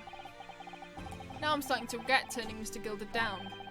That 1,000 guineas would have paid for a lovely warm room, or mansion. And so, the trial to determine my worthiness for the study tour was over by the end of our first day in London. However, as we are soon to learn, there were more trying times ahead, just as the Reaper of the Bailey had warned. The case was far from over. I'm excited. What's going on? Get the fire brigade! Water! Oh fuck! What? What the? How did this happen? I don't know, sir. By the time I got here, it was already engulfed. No one was supposed to be allowed in here before we started investigating.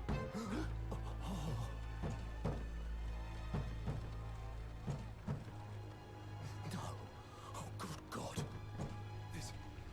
There's someone in there. Oh. Oh. This can't be.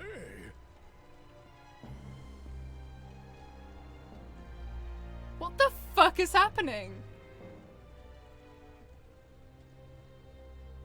What the fuck? What? What? No!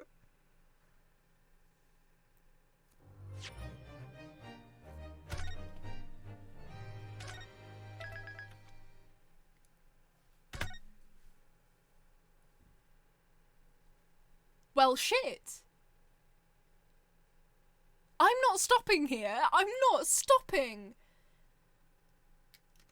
6 hours from now, it'll be 5 in the morning. I don't give a shit. We're continuing. I'm not stopping there. I refuse to stop there. I absolutely refuse to stop there. That was insane. That was actually insane. Okay. Okay, here's what I'm thinking, alright? Okay. I'm going to... okay.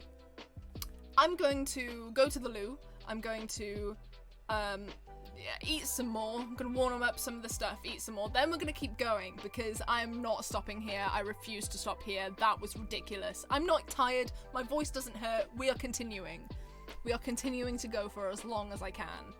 Because, oh my god, what just happened? What just happened? Oh my. Okay. I'm going to just add something.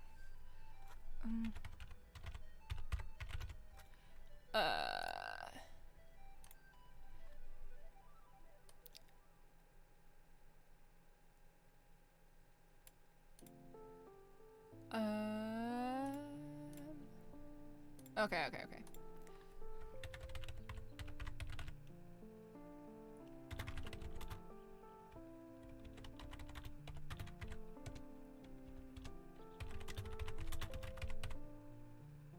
Just a bit.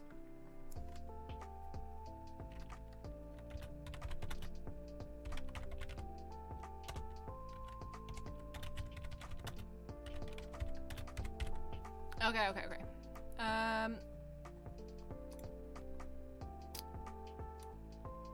Just gonna put this in the corner.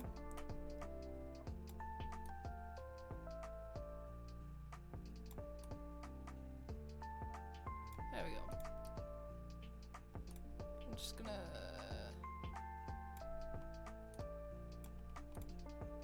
Okay. That looks alright, doesn't it?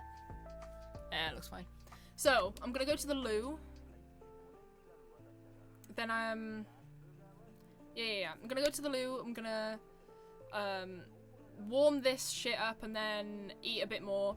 Then we're gonna continue. It won't be longer than like a 20-minute break. I'll be here most of the time. I'm just gonna go to the loo first. Yes. So, yes.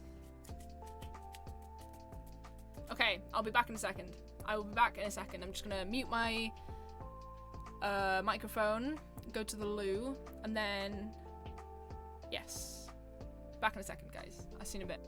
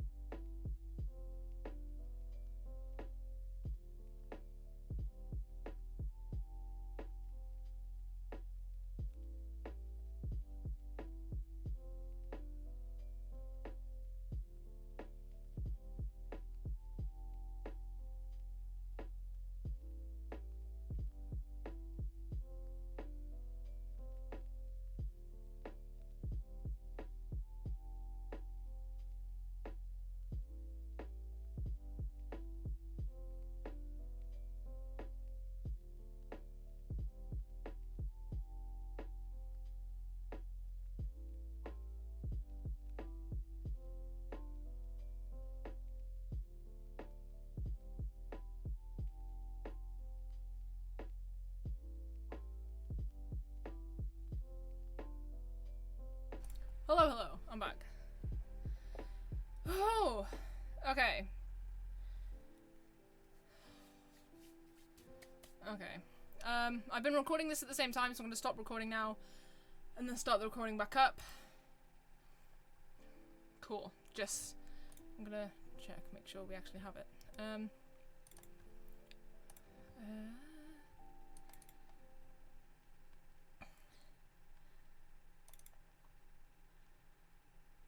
Yeah. Yeah. It's here. Cool.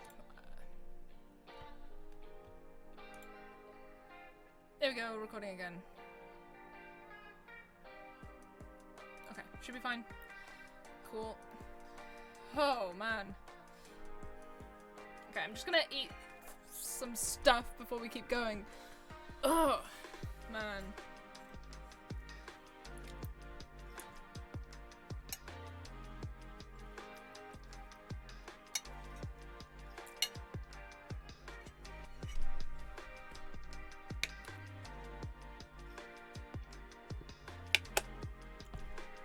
That case was absolutely insane. I loved every part of it. But oh my. Also, it was an hour shorter than the previous 2 cases, which is insane.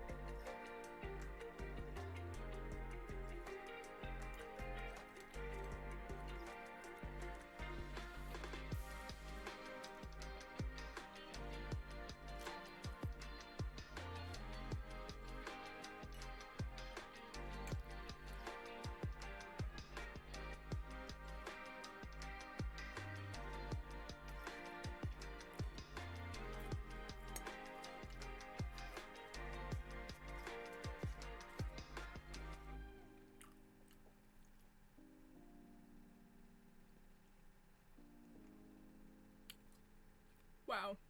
See how tired I am. To be fair, I'm not actually that tired. I slept for ages. Woke up at 4 in the afternoon of all times. Probably why I'm not tired now, because I've not actually been up that long. 7 hours to be precise.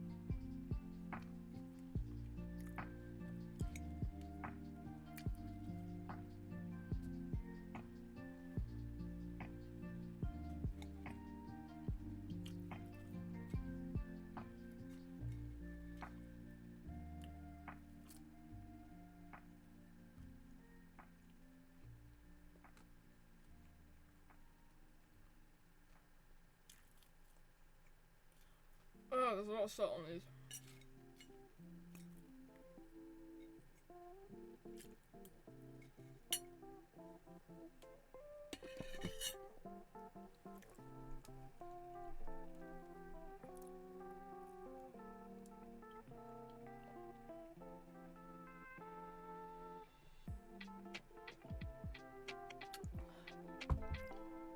Okay. I don't really have anything to say. Oh man. I don't have anything to say. I'm kind of sick of that food now, now that I've eaten a bunch of it. I still have chips for tomorrow. I have myself some drinks. My voice doesn't hurt. I guess practice makes perfect. You keep doing something, it will stop hurting after a while. Maybe it's like a muscle. I guess it is a muscle. Is it? Fuck if I know. I need to stop talking about things I don't understand. Okay.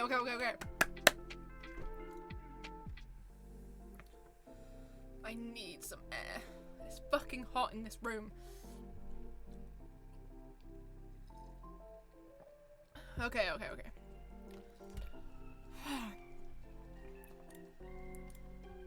Okay, let's keep going with Ace Attorney. Okay.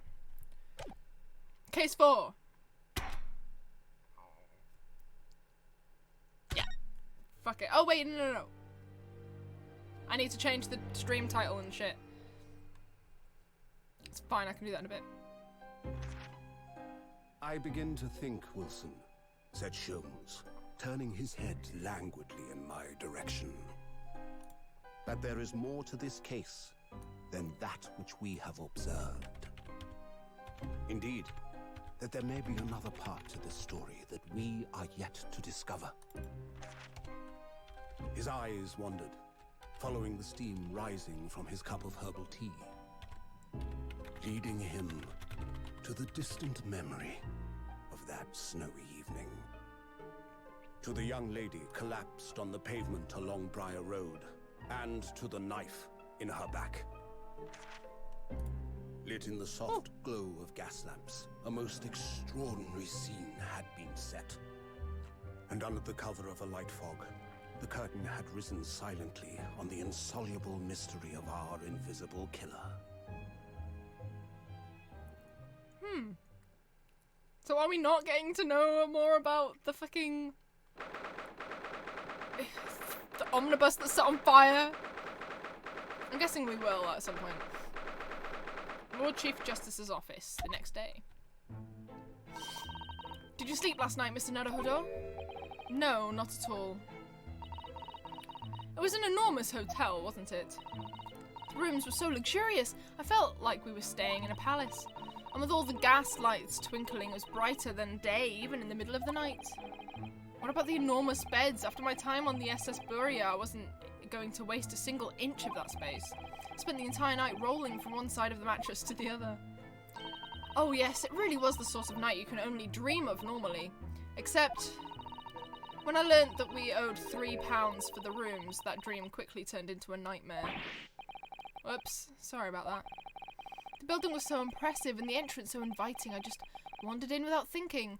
£3 back in the day must have been loads, because that's not that much now. In a lodging house in Japan, that sum of money would put a roof over your head for a whole year. I did try, but I'm afraid I couldn't help my tears when we were presented with the bill. I really am sorry. Well, never mind. We must find some more affordable lodgings straight away, though. If we're not careful, our entire stipend will be used up in 10 days or less. London is a scary place. It really is. I'm usually, during term time, I live near London, and it's fucking expensive. I'm not even in London. Technically. Ah, good morning to you at this early hour. Oh, yes, well... Good morning to you, Lord Chief Justice. We have come to report on the outcome of the trial at the Old Bailey yesterday. Susato-san is amazing. She doesn't bat an eyelid, even in the presence of the imposing Lord Strongheart. Yes, I believe you had a very comprehensive initiation into British courtroom practices. Oh yes, it was very eye-opening, thank you. And in accordance with your instructions, Lord Strongheart, Mr. Naruhodo performed his duty to the end. Yes, I've already been apprised of events. You conducted a remarkable defense. You may consider the test passed. Oh, no longer are you a student from the Empire of Japan. You may henceforth claim to be a fully fledged lawyer. My country is delighted to welcome young talent from such a remote eastern island. Thank you very much. So, I'm a lawyer now. Damn right you are. Now, in view of your new appointment, I have a fresh case in mind for you. I'd like you to take it on at once. I trust that won't be a problem. Another case already? Nothing trains a lawyer better than practical experience. I'm sure I don't sense dissatisfaction, do I? It's just that yesterday's trial ended unusually. I haven't quite come to terms with it. What's to come to terms with? The man was cleared. What more were you hoping for? The culpability of the defendant has not, at the present time, been established by this court. Consequently, the jury will not be required to proffer judgments. Well, Lord Van Zieks, it's been a pleasure, so it has. Oh, I get a chance to do his accent and I fucking forget. And as for you, my dear fella, I couldn't have asked for a better defense.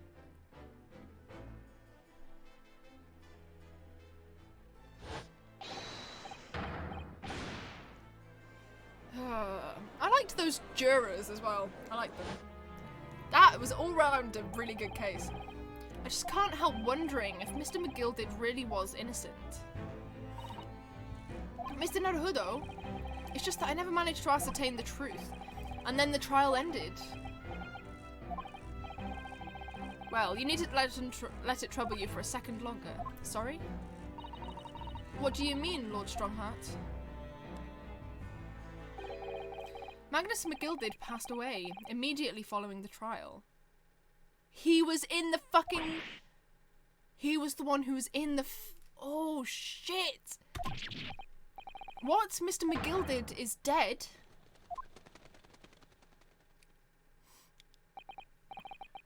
I have 19 minutes and 41 seconds until my next engagement. Time enough to talk. Fuck! He was the one inside the fucking carriage. Mr. Gold's death. I don't understand. What happened? How can he be dead? I'll never get to do his accent again. After the trial concluded yesterday, there was a great commotion in the Old Bailey. As you'll presumably recall, an omnibus had been wheeled into the courtroom. He's crispy now. Yeah, what the fuck? I liked that man. I mean, he was clearly not great, but fucking hell, he was a fun character to see on screen. Yes, of course, that was the scene of the crime which Mr. McGilded had been accused of. And I hope, oh jeez, I hope that the girl's fine. I hope Gina's alright. Because I do not understand what their relationship was. I think it was just a thing of like, just do as I say and you'll be fine. Cooked, I believe, is the correct expression. Well, I mean, he probably is crispy, let's be honest. Yikes! That was the scene of the crime which Mr. McGilded had been accused of. Precisely. Well, while the bailiff's attention was diverted by some other matter, the omnibus went up in flames. Oh, this is so fucking weird and amazing! How could such a thing have happened? That is being investigated as we speak, but already... The police have identified a corpse found inside the charred shell of the carriage as that of Mr. McGilded. That's awful.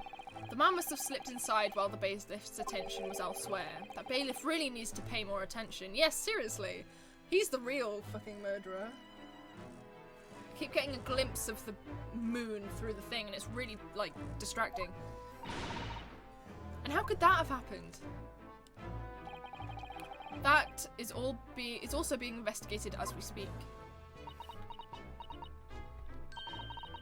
Thinking back now, immediately after the trial, Mr. McGilded did mention going back into the courtroom to look at the omnibus. Well, I must be making tracks now. 'Tis time for the inspection. That's not the fucking accent. For the inspection. Yeah, it is. Sorry, what inspection? They're going to examine the omnibus again, so I'm told. I asked if I could be present for it myself. Ah, I'll miss him, poor fellow. An inspection of the omnibus? Not to my knowledge. I don't believe Scotland Yard had any intention of re-examining the carriage. But then who was Mr. McGilded talking about? Never mind that now. The Yard is making a thorough investigation. That matter is no longer any concern of yours. Leave it to the police. Poor Mr. McGilded. I don't want to do a new case. I want to do this one. Fuck. So, how did you find your first taste of our country's Supreme Court? Oh, well, I don't know. I mean, it was wow. Mr. Naruhodo means that the whole experience was steeped in the solemnity of Great Britain's long history. Really a world apart from our own judicial system in Japan, which is only a few short decades old. Wow, Susato-san really has a way with words. And you seem to have a way of failing to find the right ones. The judicial system here is the most advanced in the world. Learn all you can. The most advanced in the world, is it? It was It was fortunate that your very first trial was a simple affair. Simple? That was simple? As I believe I mentioned yesterday morning, it was a trial you couldn't lose. I don't mean to be contrary, Lord Strongheart, but the case was anything but simple. Circumstances of the case were so incriminating, I was stunned when I first heard them. In fact, I'm still finding it hard to believe that we managed to get a favourable verdict.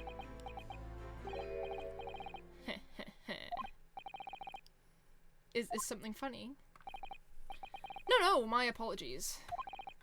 However, the fact is that you did receive the not guilty verdict you set out to achieve. And that can only be attributed to exceptional talent, wouldn't you agree? Well, I don't know about that. Well, never mind. You exceeded my expectations, I freely admit. That much at least is an undeniable truth. Which is precisely why I've prepared the new case for you that I mentioned before. What's going on? What was he going to say before? Alright, what's this new case that I really don't give a shit about? Could you perhaps give us some more details about the new case you mentioned? Don't tell me it's a murder and the trial starts in 10 minutes. And don't worry, it's nothing so alarming or quite as urgent as your last assignment. In fact, this case is completely different. Oh, I see. Did he just read my mind? Most people can, to be fair. That is to say, no one has died as yet. And the trial will not be today. There is plenty of time to research the case thoroughly. 23 hours, 43 minutes, and 19 seconds to be precise. Ah, so the trial's tomorrow then. Is everything alright? Oh, yes, I'm just a little confused, that's all. Yesterday's trial was... well, it's left me wondering if I'm really cut out for being a lawyer. Oh, Mr. Naruhodo. I don't know if I can face standing in that courtroom again after Mr. McGilld's trial. McGill Ah, yes, I nearly forgot. There is one similarity with yesterday's case. Once again, there is currently no one to advocate for the defense. Oh, if the situation remains unchanged, the trial will start tomorrow with the defendant unrepresented. And if that happens, I need not remind you of the inevitable outcome. The most terrible end awaits the defendant. Yes, that's right. Ugh, here we go again.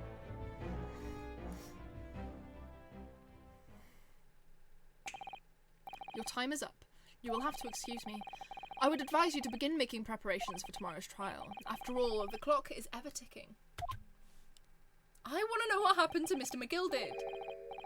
It's now but 23 hours, 26 minutes and 39 seconds until the court sits. So you said there was plenty of time. And one more thing, Mr. Naruhodo. There is something I should like to ask you. Oh, what's that? Yesterday, you remarked upon something. That you intend to see through the will of your late compatriot, Mr. Asogi.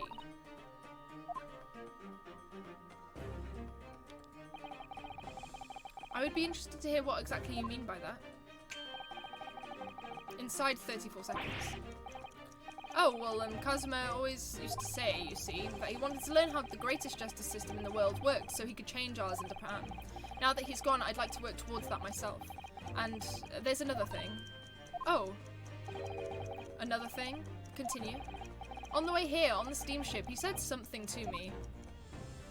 Something very important that I have to do. Something very important? And what exactly would that be? He never had a chance to tell me. I suppose he would have done if he had ever made it to Great Britain. You're out of time. Well, thank you for an enlightening discussion. Mr. Naruhodo, what's all this about? Mr. Asogi never once mentioned anything of the sort to me. I urge you both to focus your attentions on the matter at hand. Hello. I've taken the liberty of summoning the police inspector in charge of the case. He'll be able to apprise you of the details. How long has he been there? So, I wish you the best of luck, and bid you farewell.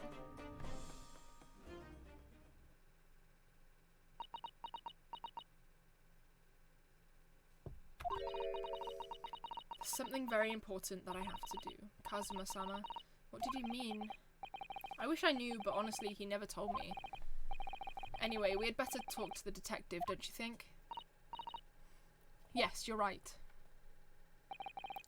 I hope I'm just imagining it, but I wouldn't say he looks pleased to see us at all. Are those chips? He's got chips. Good man.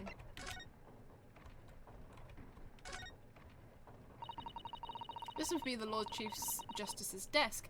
I believe it's made of marble. It looks more like an over-the-top tombstone that's toppled over to me. I think that's your fanciful imagination at work again, Mr. Naruhodo. Feels like everything that's normally made of wood and paper at home is made of bricks and stone here. I know, that's why this place feels so overbearing, I'm sure.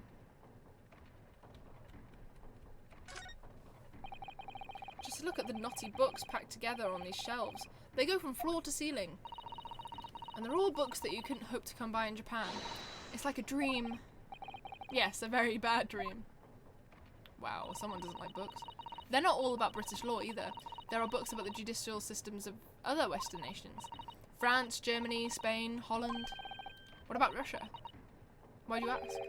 I was wondering about asking the Lord Chief Justice how you say wardrobe in Russian. What do you think? I think perhaps it's a thought best abandoned. Why do you want to know that?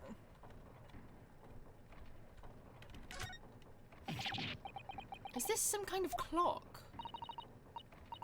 Actually, I think we might be inside some sort of giant clock.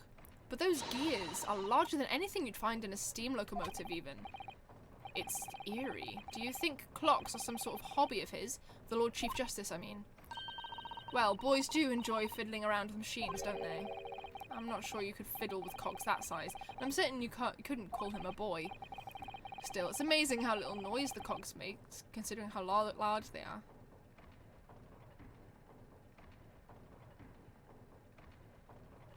Little noise, sure. There's actually something quite soothing about their precise rhythm. Whatever you say, dude. Oh, we can turn around and look at things.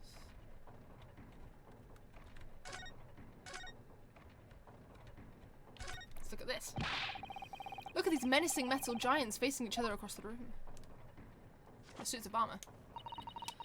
I believe yes, they're suits of armor. I told you. Oh, right. I thought maybe they were like the lion dogs we have in Japan guarding shrine gates. No, not at all. In fact, in Europe, suits of armor like these are always possessed by evil spirits, you know. And they roam around in the middle of the night. Really? Is there nothing you don't know, Mrs. Otto? This book tells me everything I need to know about everything. If you're ever unsure, just ask. Where did she get that incredible tome? Whoops.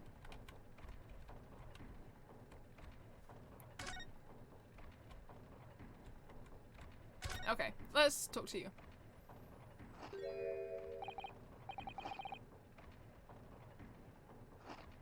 I'm sorry, what the fuck is he doing? How is he eating fish and chips?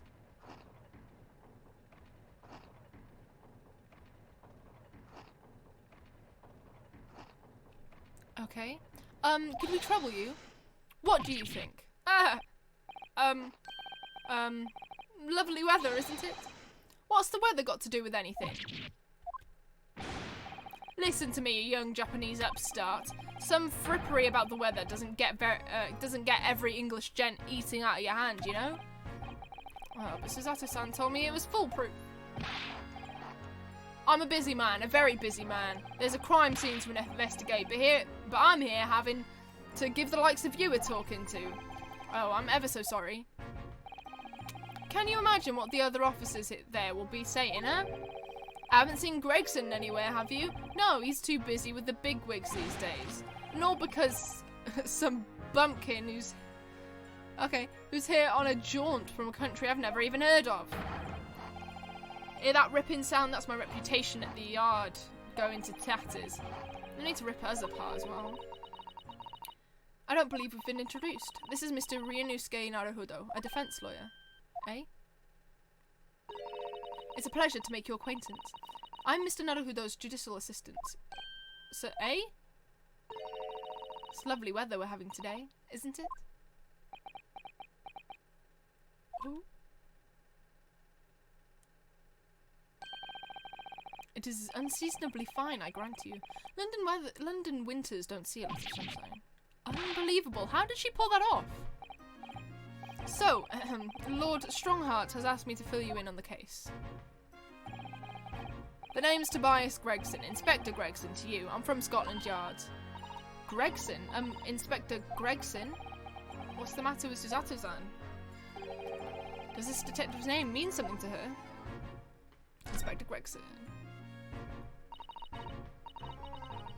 Inspector, are you perhaps the Inspector Gregson?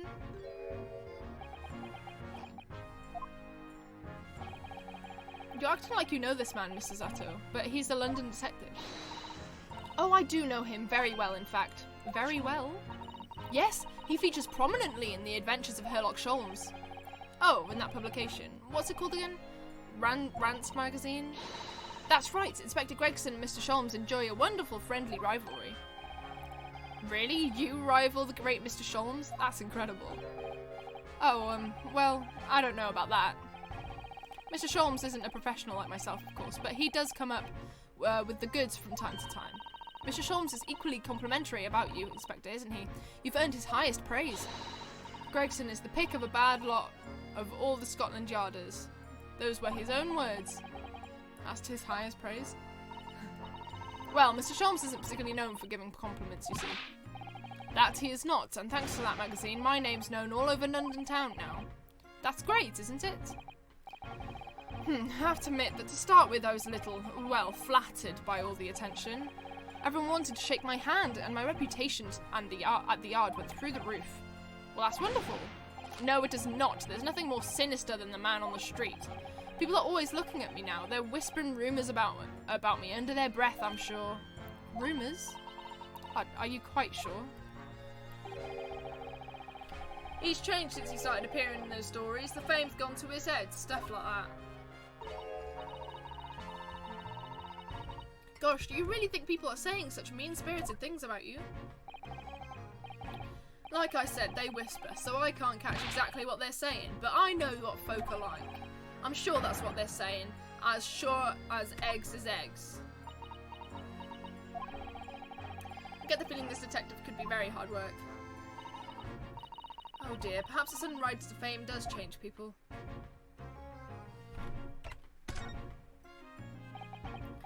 So, about the case that the Lord Chief Justice mentioned before. Nothing to tell, really. As far as we're concerned at the yard, it couldn't be simpler. Oh dear, that probably means... As far as we're concerned as lawyers, it couldn't be more complicated. I wish you were wrong about that, but I have a nasty feeling you're right. A young woman was walking along the pavement on Briar Road when she was stabbed from behind. Fortunately, it wasn't fatal, but she still laid up in the hospital, unconscious. As despicable, what sort of coward would attack the poor woman from behind? I suppose you would have finished whoever it was off with a Susato takedown, would you? There's neither here nor there, Mr. Naruhodo.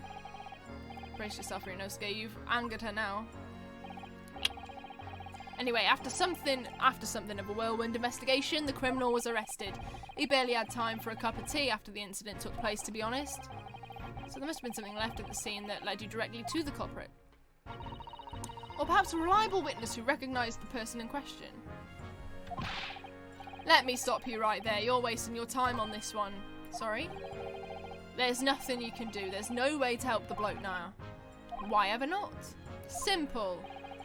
The prosecutor that's been assigned to the trial tomorrow is Lord Baroque van Zeeks. No! Sounds like you've heard of him then. Oh yes, we're very familiar with Lord van Zeeks. Believed to be the harbinger of death itself, the Reaper of the Bailey.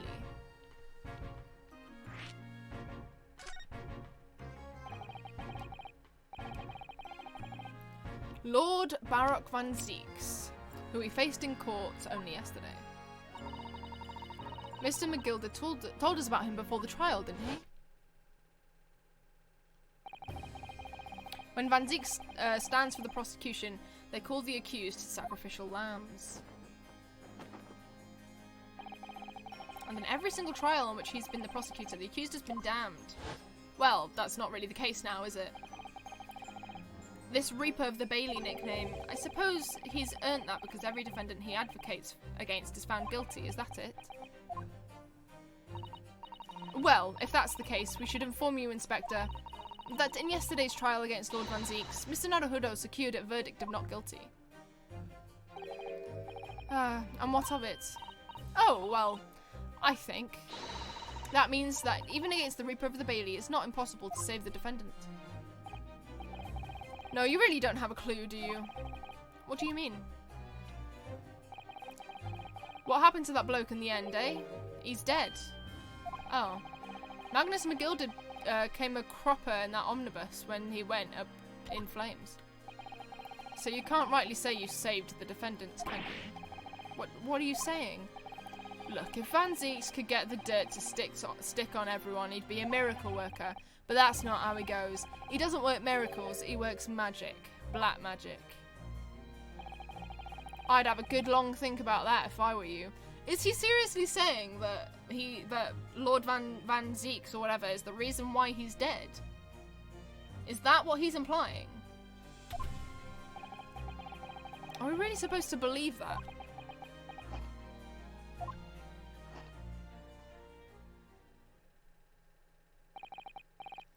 Right, well, I've filled you in as requested and I'm very nearly out of chips. So I'll be heading back to the crime scene now. We're still carrying out a few investigations there. It was Briar Road, you said, didn't you? Where the incident took place. That's correct, Ma'am. And if you head over to the holding cells, you can meet the criminal himself. You've branded him a criminal already? He's as good as, shaking like a leaf in his cell he is. I'll give you a chuckle if nothing else.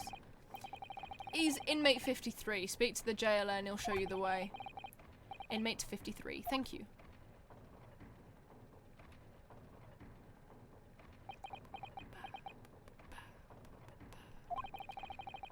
So there's no helping anyone against the Reaper of the Bailey, they say. Is something troubling you, Mr. Naruhodo? To tell the truth, when I recall the trial yesterday, I can't stop myself from shaking. The idea of facing the Reaper in court again is... Well, if you think it's too much for you, there's no shame in turning the case down. That takes courage too. But if the man they've arrested is innocent, you could well imagine he would be shaking like a leaf in the cell. And I, for one, wouldn't find the sight of that funny.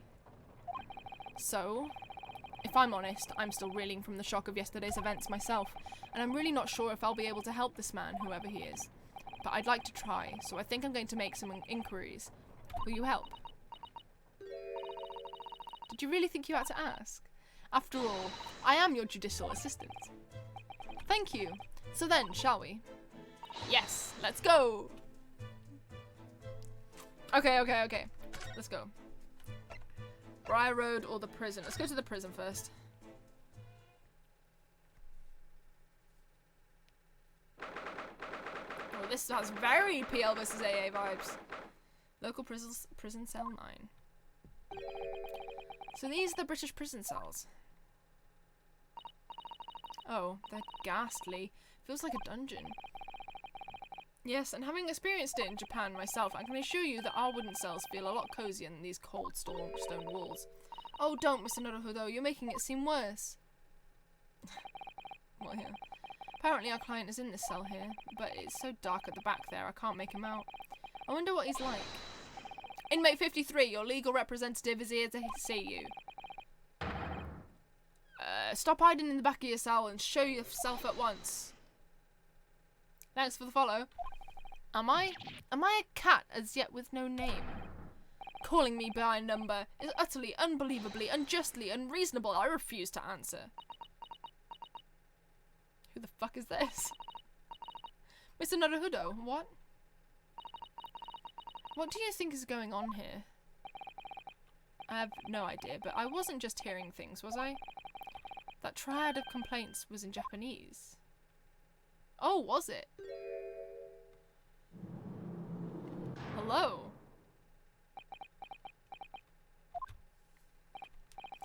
Excuse me, but who... Shh! Quiet!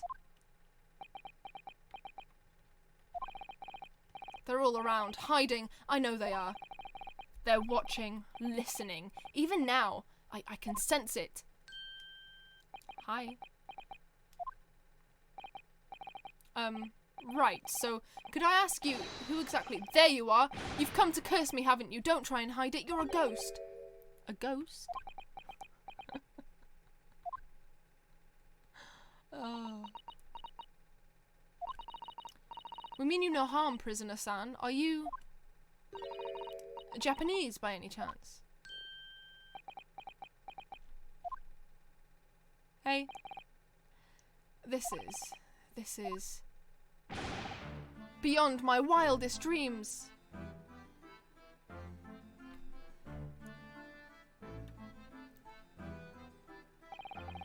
Forgive me for that outburst before. I'm so sorry.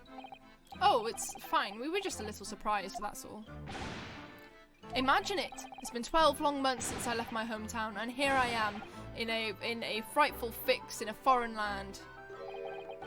So hearing the sweet, sentimental tones of a compatriot's voice here in this damp, dark hellhole was a most monumentally moving moment. Who could have guessed that this new client Lord Strongheart assigned to us would turn out to be a fellow Japanese? Ah, what compassion my fellow countrymen show to dispatch a first-class lawyer all the way from Japan to defend a mere foreign student. You're a foreign student? Noble, nurturing, never-failing Nippon. A first-class lawyer? Oh dear, I think there's been something of a misunderstanding here. I wonder, would you be so kind as to tell us what's happened? Why you've been detained as a suspect, for example. Yes, I can, I will. Shan't stay sullen and silent. What's with the alliteration, my dude? I'm not quite sure I understand what he means, but he seems happy. Yes, he does. I just hope he actually has good reason to be. Thank you for your cooperation. I am a lawyer, as you said. My name is Ryunosuke Naruhodo. And I am Naruhodo-san's judicial assistant, Susato Mikotoba. I am a visiting student sent here by our government. Notably notoriously named Natsume. Sozeki Natsume.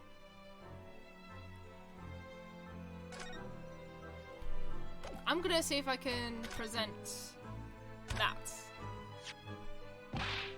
Yes, the symbol of one of our great empire's first-rate lawyers. Which means, of course, you'll stand by my side, you'll defend me. Oh, no, sorry, that wasn't why I was showing it to you. Then why else would you show me that? Oops. In hindsight, that probably wasn't the best idea. You're a very strange man, Ryunosuke. Sozeki Natsume. Sozeki Natsume-san? What an unusual name. Call me Sozeki, please. I'm a poet, you see, a writer of haiku. Is something of a nom de plume.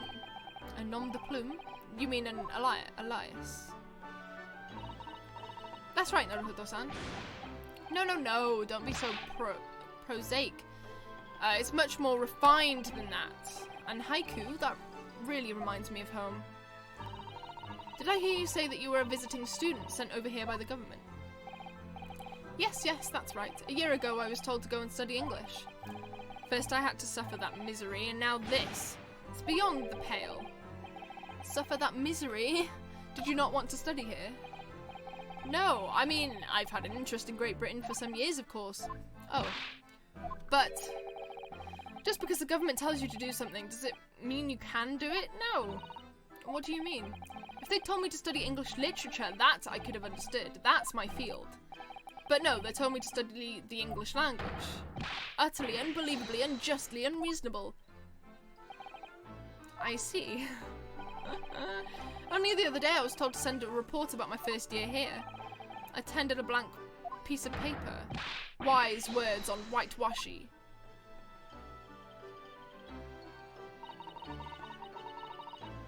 You must be a man of great standing. Oh yes, so I'm often told. And often like to be told, it seems. He's a strange man. Accusation. Could you perhaps tell us exactly why you've been arrested, Sozeki-san? I didn't do it. I didn't commit an atrocious murder. Murder? Oh, no, it's alright. The woman didn't actually die, did she? But she was stabbed with a knife. Right before my eyes. Before your eyes? You mean you saw the attacker? I didn't see anyone. What? If I'd seen the person who did it, do you think I'd be locked up in here? Oh dear, seems this case is becoming rather complicated. Why me? Why me? Why did that silly woman have to be stabbed in front of me? It's the curse of London. It's incredibly, inexcusably, irritatingly inconvenient. So Suzeki-san was there at the scene, but he didn't see the attacker. It's vital that we find out more about the case.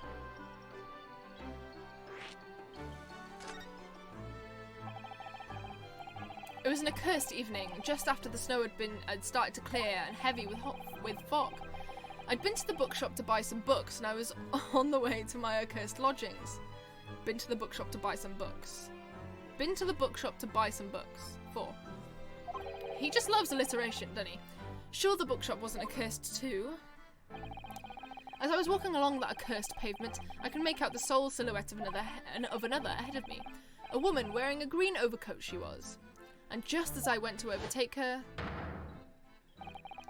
she suddenly let out a little scream and collapsed onto the cold, hard slabs of stone at my feet. Whoa. That is the fucking sprite of a traumatized person. How terrible. I called out to the woman, but she didn't move. It was like a ghostly, ghoulish, grim graveyard. Slight exaggeration there, perhaps. I was terrified. I had to get away from there. So I ran as fast as my legs would carry me back to my cursed lodgings. That's not good. They'll say it was shameful, I know, to run away like that. Tell me, Suzeki-san, was the victim an acquaintance of yours? Don't be ridiculous. Do you think I would know any of these fair-haired English, and a young women at that? I'm diffident, shy, timid, unsure. I can't talk to people. You have suddenly become very relatable. I see. A young woman unknown to Suzeki-san. And at the time it happened, who else did you see nearby? Did anybody pass you? Regrettably, apart from myself and the woman, I didn't see a soul. No one? Oh, great. So the victim was unknown to you, and there was nobody else on the street at the time. That creates something of a conundrum, doesn't it? What conundrum? Well, it does. Doesn't it? What do you mean, Susato-san? What's the conundrum? Well, if what Suzeki-san just told us is true, there's something I can't explain. He says that he didn't know the victim and that there was no one else at the scene. Then he apparently fled without having been seen. I did! But if that's the case, how is he here? Yeah. Surely this man has to be the culprit. Ah, you! What did you just say? So wait, are the blue ones said out loud? I thought they weren't. Nothing! I didn't say anything. Oops, perhaps I thought that a little too loudly. You think? Actually, that's not what was troubling me. What I was thinking was, how did Suzuki-san actually come to be arrested? Sorry? He didn't touch the victim and there was nobody at the scene to see him, so how did the police ever discover that he was there in the first place? Oh yes, she's right. It was him, that accursed great detective. He led the police to me. Of all the bad luck. Accursed great detective? Hello, Sholmes! I shall never forget that man's name as long as I live, with his haughty laugh and his self-proclaimed greatness. Brash, big-headed, buzz-body, begone. May you be accursed until the end of your days, Herlock Sholmes. I love that they're making the whole, like, German thing a joke. Like the Herlock Sholmes. Because, like, surely that it can't have been a thing in the Japanese one, right? Because it was Sherlock Holmes in the Japanese one. It wasn't Herlock Sholmes. So they just created a joke out of this. I knew it! Mr. Sholmes?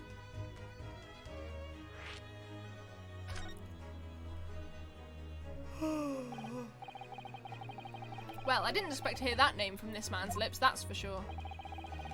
It was the morning after that nightmare had unfolded on the pavement before me. I was gnawing on a silver of hard cheese when some men suddenly burst through the door. They started shouting at me, "This is the police, put the weapon down." Yes, it was a thin silver, and yes, it was hard, but I wasn't eating a weapon. Disgusting dietary discrimination, devils. Dietary discrimination. Interesting. Excuse me. You clearly had a trying morning yesterday. And there he was, in the middle of all the policemen, grinning like a Cheshire cat. That Sherlock Holmes. It's actually just Sherlock Holmes. He's English. I've since found out that he's the famous name in detection here in London. Yes, the great detective is really very well known. And his overly sharp mind managed to deduce my whereabouts, apparently. He thinks I'm the knife-wielding madman. Me, this weak, stooped kitten of a man. I wonder what great deduction process led him to his conclusion this time. Do you mean to say that Mr. Sholm's deduction was the only reason the police arrested you? That would be really most unreasonable. Well, the thing is, I was thrown into a panic when they barged their way in. Oh, for fuck's sake. Of course you were, that's only natural. I was terrified and trembling, and they kept throwing question after question at me in impossible English. Fiendish foreign flim-flammery. Well, we are in England. You can't really blame them for questioning you in English. And good point. But my mind went blank. I knew I had to answer, but I didn't know what to say, so I just kept repeating things like, "Yes, I do, and I'm fine."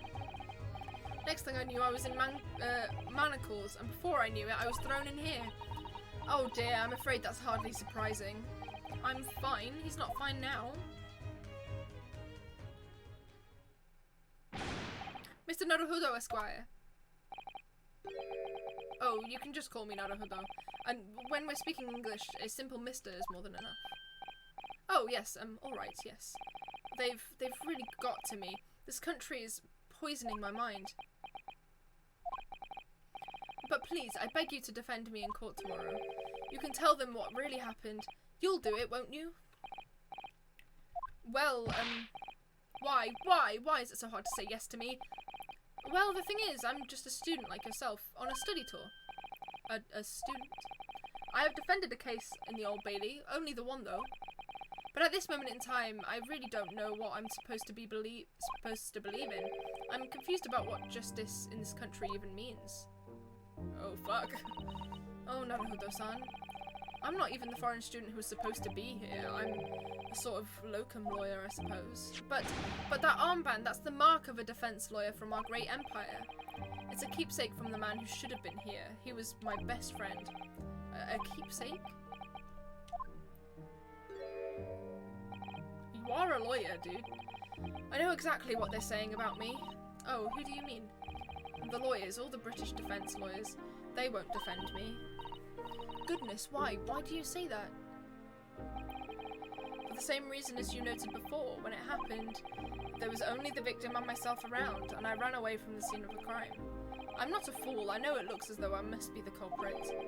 It must be very hard for you, Suzeki-san. And anyway, I'm a student from overseas. I'm just a foreign nobody to them. Someone not to be trusted.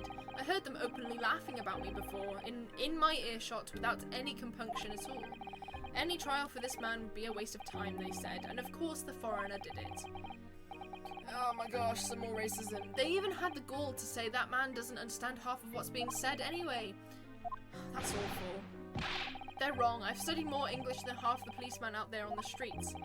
I've travelled halfway around the world to learn about these people's country and its great history. But no one here wants to listen to a man with a strange accent. They all hate me. Sorry about that, mate. So at the very least, I'd like to entrust my fate to someone who can listen to me in my native tongue. You could do it, couldn't you? When I look into your eyes, I can see it. I can see what you've been through. Suzeki-san, it's just that...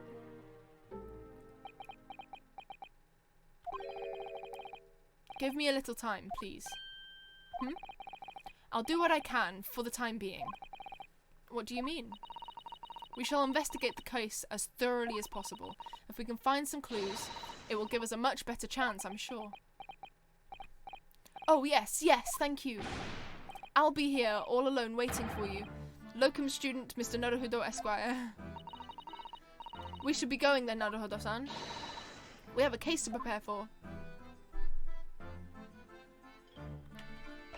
I find it interesting how Susato-san will go from saying Mr. Naruhodo and Naruhodo-san. I'm pretty sure that's just to like clue us into what language they're speaking at any point. I think. But it's really interesting. I like it. I've already presented that. Move. Let's go to Briar Road. Remember when I said that my voice didn't hurt? My voice still doesn't hurt. However, I do have a headache. My own shouting is getting to my head. That's a very broken bike.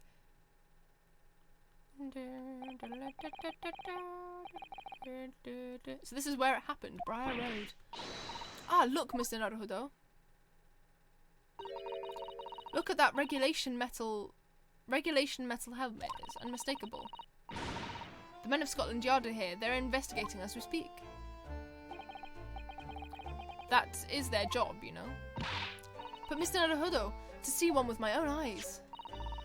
They're often depicted in the adventures of Sherlock Holmes, but I never dreamt I'd come this close. I'd ever come this close. To a real Bobby's helmet. What? The helmet? Not the person, the helmet. Of course, I have to try one on someday. Well, I hope your hatty dream comes true. Heya.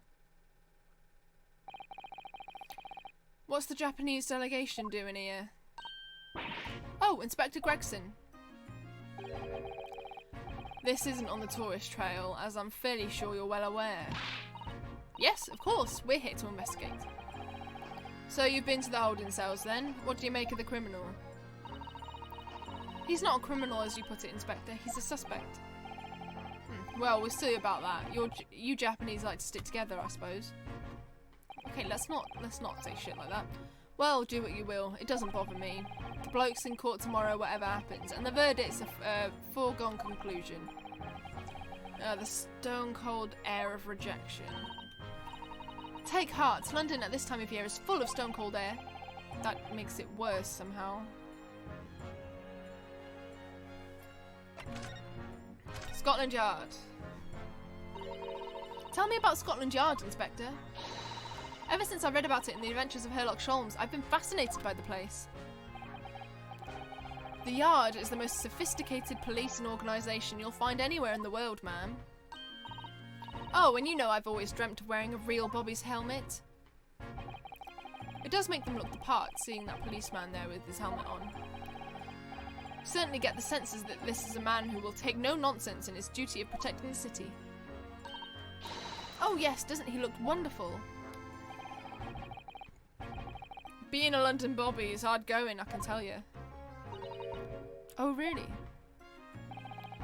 First thing in the morning, you know what he does? Goes round and rouses all the labourers on his beat so they can get off to work. What? He wakes people up? Yep, raps on their windows with a long pole. Did it myself going back a bit. I had no idea. The Bobby works for the people of the town. It's just another one of his duties. After that, he starts tirelessly patrolling the streets all day long.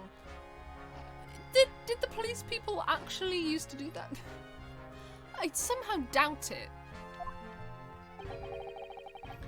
He has to cover 20 miles a day. That's the regulation distance.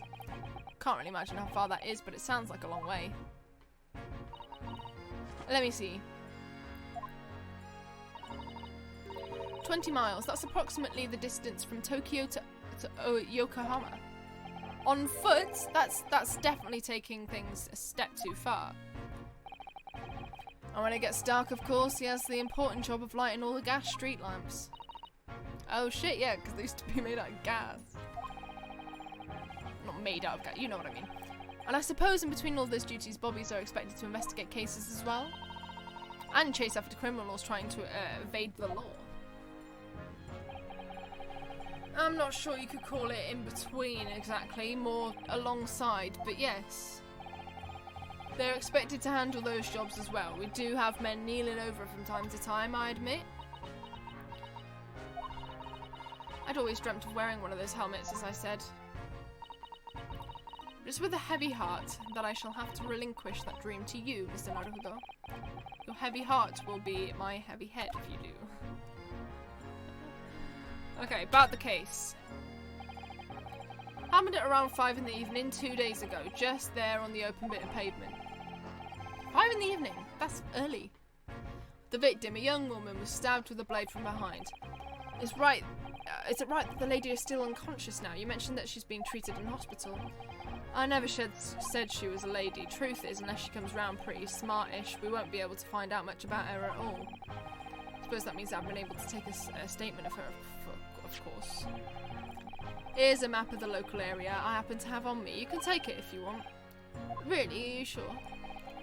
It's yard policy to give lawyers defending suspects the odd bit of information to go on. Haven't actually accepted the job yet, but still. Thank you, Inspector. We gratefully accept. Local map has been accepted into the court record. Anyway, as far as we know, there was no one else on the scene other than the victim and your fellow countryman. So who did it, do you think? Not much of a head-scratcher, is it? Well, I know Mitsunatsume is also claiming not to have seen anyone else around, but just because he didn't see anyone doesn't mean we can't be sure that nobody else was present. I'm sorry to have to tell you, but we most certainly can be sure. How? Because, ma'am, the precise moment of the stabbing didn't go unnoticed. What?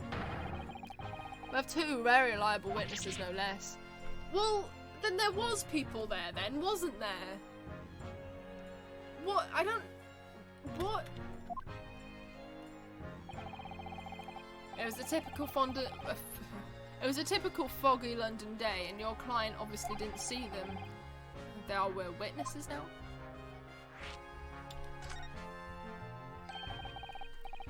Who are these witnesses, Inspector? A fellow and his wife, and the man's one of the most reliable and respected citizens in all of London. He's a copper from Scotland Yard. Ah, well shit. A policeman? That might change things. And this policeman just happened to be there at the exact moment the woman was attacked. Nothing peculiar about that, ma'am. About that, mum. Part and parcel of being a bobby, catching and banging the act and all that. Do you think it might be possible for us to ask that policeman a few questions?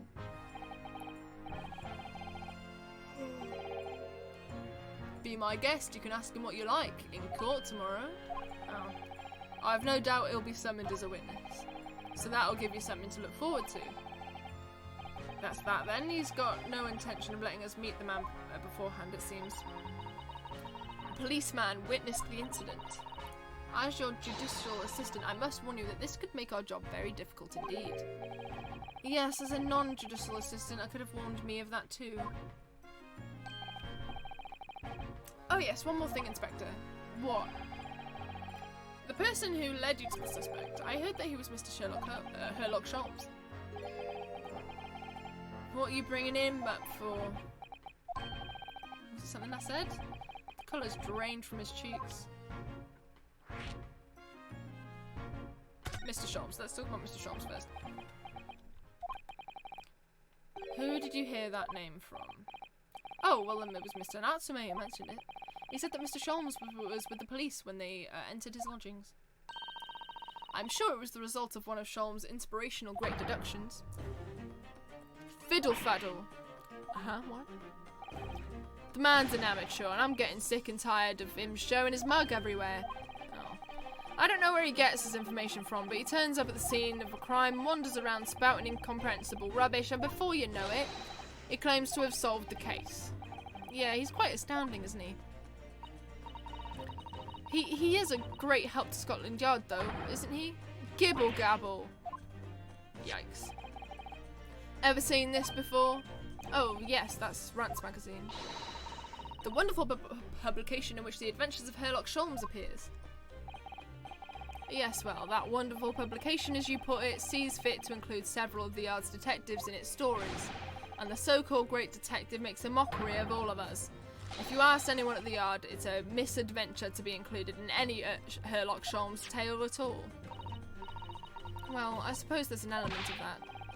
We work our socks off, every one of us, only to be frumped by the public thanks to that obnoxious detective.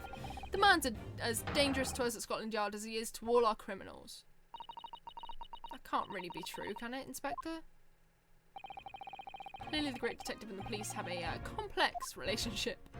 Yikes. That twitchy Japanese bloke goes on trial tomorrow. Are you going to defend him or not? Well, makes no difference to me. But I will just say this. No London lawyer worth his salt would touch that case with a barge pole. Because the prosecution has been handled by the Reaper of the Bailey, you mean? There's no way to save the man now. It's a waste of time trying. It's all a bit strange, though. Sorry? The Reaper. He hasn't appeared in court once for a good few years now. Yes, we did hear something to that effect. And the only people he usually bothers with are the real scum, the master criminals, the violent ones. Master criminals? The violent ones? That's right, he handpicks his victims, only deals with those guaranteed to go to the gallows for their sins. But Mr. Natsume wouldn't hang for what he's accused of, surely. That's just my point, Sunshine. He's the the young woman was stabbed, but he didn't kill her. Couldn't even say the intent is there. So this isn't the sort of case I'd be expecting the Reaper to want to sink his teeth into, for want of a better phrase. Well, it's not exactly a minor infraction, is it? No, there's got to be more to it. Some reason is taking an interest. Really? What sort of reason, Inspector? You think I can tell what's going on inside the head of that Lord of Darkness? You'll have to ask him yourself at tomorrow's trial. Are we really going to have to face the Reaper again? The Lord of Darkness, as he put it.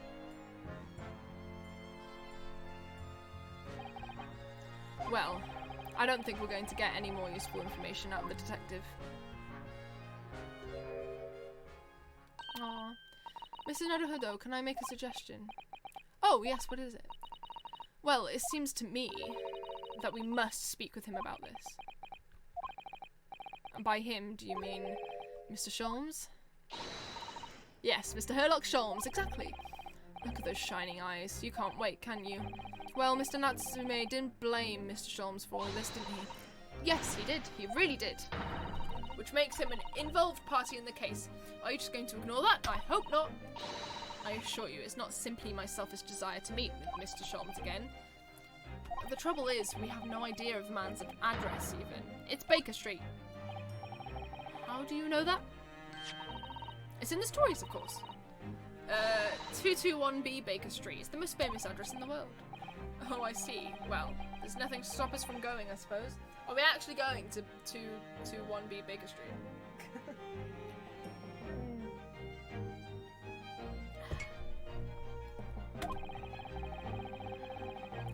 We better try to find our way there before Susato-san gets any more excited and unpredictable. Hurrah! I'll summon a carriage. So, we're to have a reunion already with the great detective Mr. Herlock Sholmes.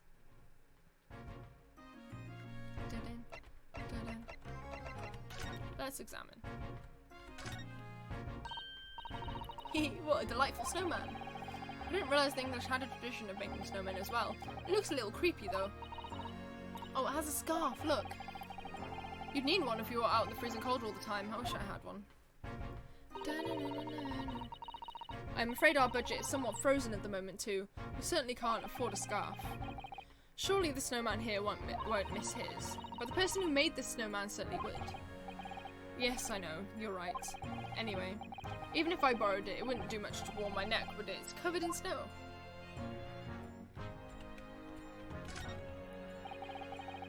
This patch of pavement must be where the incident occurred. Yes, it's a very wide open space, isn't it?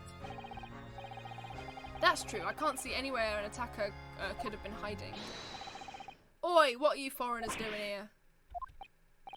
Oh, just investigating the scene, officer. Conspiring with that mustache fella from Japan, are you? Conspiring? Come here to destroy evidence, have you? Get out of here before I give you a hiding. Go on.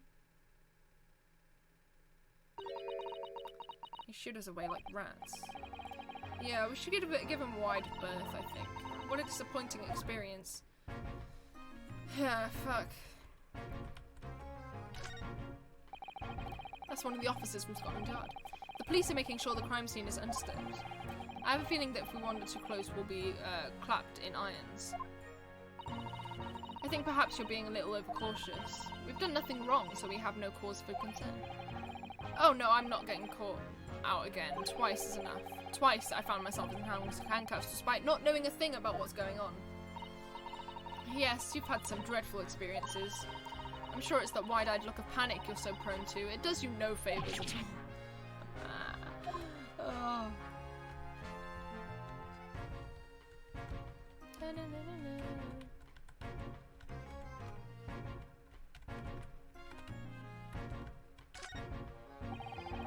There are piles of snow on the pavement here and there, but the road itself is covered in carriage tracks. Seems carriages often travel down Briar Road. It soon disperses all the snow. I slipped over while I was walking down the pavement earlier. It seems like it would be far safer to walk on the road instead. Oh, but you're rather small, Mr. Naruhodo, and dressed in all in black. I'd worry a coachman might not see you, and you could be flattened by horses. Well, thank you for the rather small concern. Oh, we get to go to the other side. Here we go.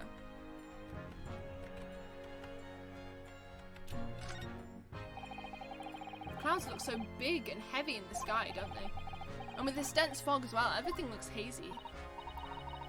Well, it's known as Foggy London Town.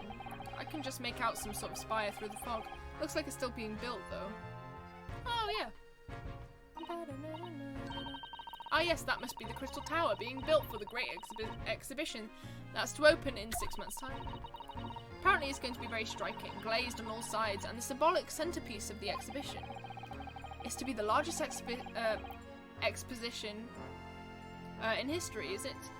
Can't begin to imagine. My back really hurts.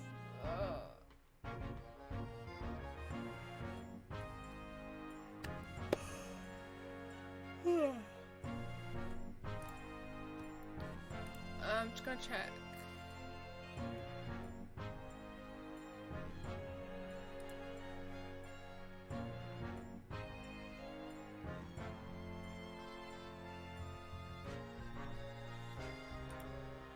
Fuck, okay. Let's continue.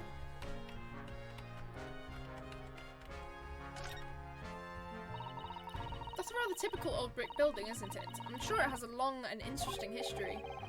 Well, time certainly seems to have taken its toll on the place. It's crooked and sagging all over.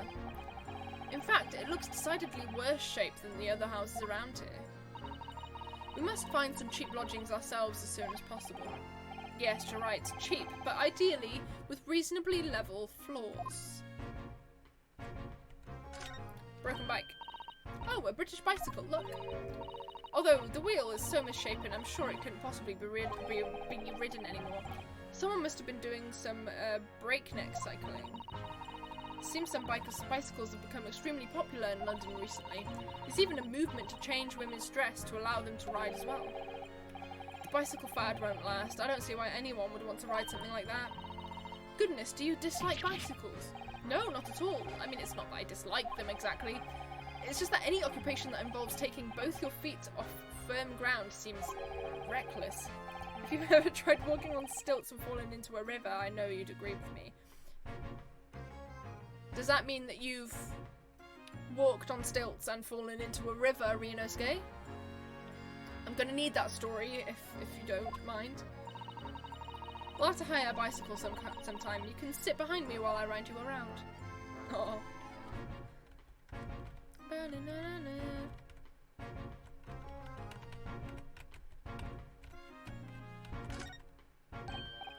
Oh, look at the windows of that building there. Are you sure they're windows? Yes, but they're all filled in with bricks. Oh, you're right. I wonder why. That is weird. Perhaps it's an empty property where nobody lives at the moment. There's smoke coming from the chimneys, though. Oh dear, everything still feels very foreign. There's so much we have to learn about this place. Why are the windows with... That's weird. Okay. That's it for here. Oh, that's a Scotland Yard carriage. They use vehicles like that to rush to crime scenes and cart away criminals. You're very well informed, aren't you? It's long been a dream of mine to ride one of those through the streets of London. Well, just pick up a stone and throw it through one of the windows then. But that would mean being arrested in order to ride it. Wouldn't it? Still, if it's the only way, help me find a good stone. No, Susato! No, I wasn't serious. Okay, I think that's it. Okay.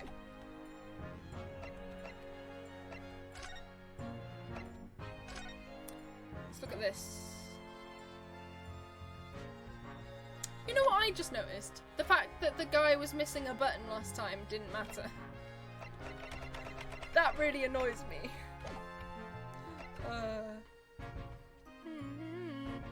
Okay. New location has been added, thank you. Okay. Sholmes Suite.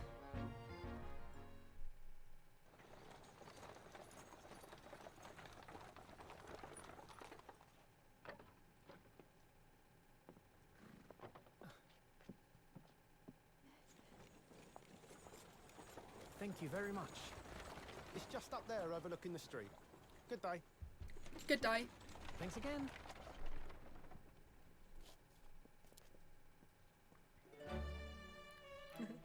This is it. The residence of Mr. Herlock Sholmes.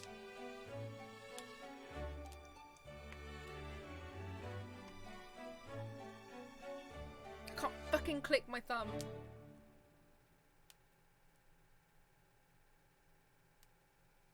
Ah. Hello, hello. Sholmes Suite. So this is where the great detective makes his living. Feels surreal to be here somehow.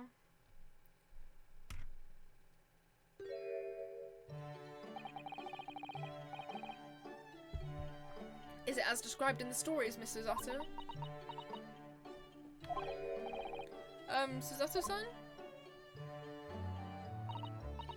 Many famous cases have been solved here in this very room. Oh, I suppose there must have been, yes. I've never read the story, so it's hard to get quite as excited about it as she seems to be. The detective chases the villain relentlessly as he disappears into the fog down an unlit London street. Oh, the thrill of it, the romanticism. Can you feel your heart thumping in your chest? Can't you, Mr. Naruhodo? I suppose I can, yes. So if you don't mind, I'll just stand here and soak up the atmosphere for a while longer. Please, don't mind me. Ah, she's obsessed. Well, looks like our detective friend isn't home at present. How did you get in? Excuse me, is anybody home? Oh, do we have a visitor? Hey! Hello, is it a big new case for Mr. Sholmes? Hello? Wait, aren't you? Oh, how rude of me. I'll go and make some tea at once. Where's the other girl? Where's Gina? I'm sure it's the same girl. Miss Susato, did you see the girl who is here, who's just here? Oh yes, isn't it truly extraordinary? To think that the King of Bohemia came to this very room to ask Mr. Sholmes to take on his case. The King of Bohemia? King Wilhelm Gottsrich Sigismund von Ormstein, of course. Sure, sorry, I'm drawing a blank. Forget the adventures of Herlock Sholmes for a moment and look over there. The tea's brewed, and I have a freshly baked cake as well. Ah, it's you. I knew it. Susato-san recognizes her too. Ah, there you are. And taking that with you as well. I was looking forward to the trial run of my experimental smoke grenade launcher.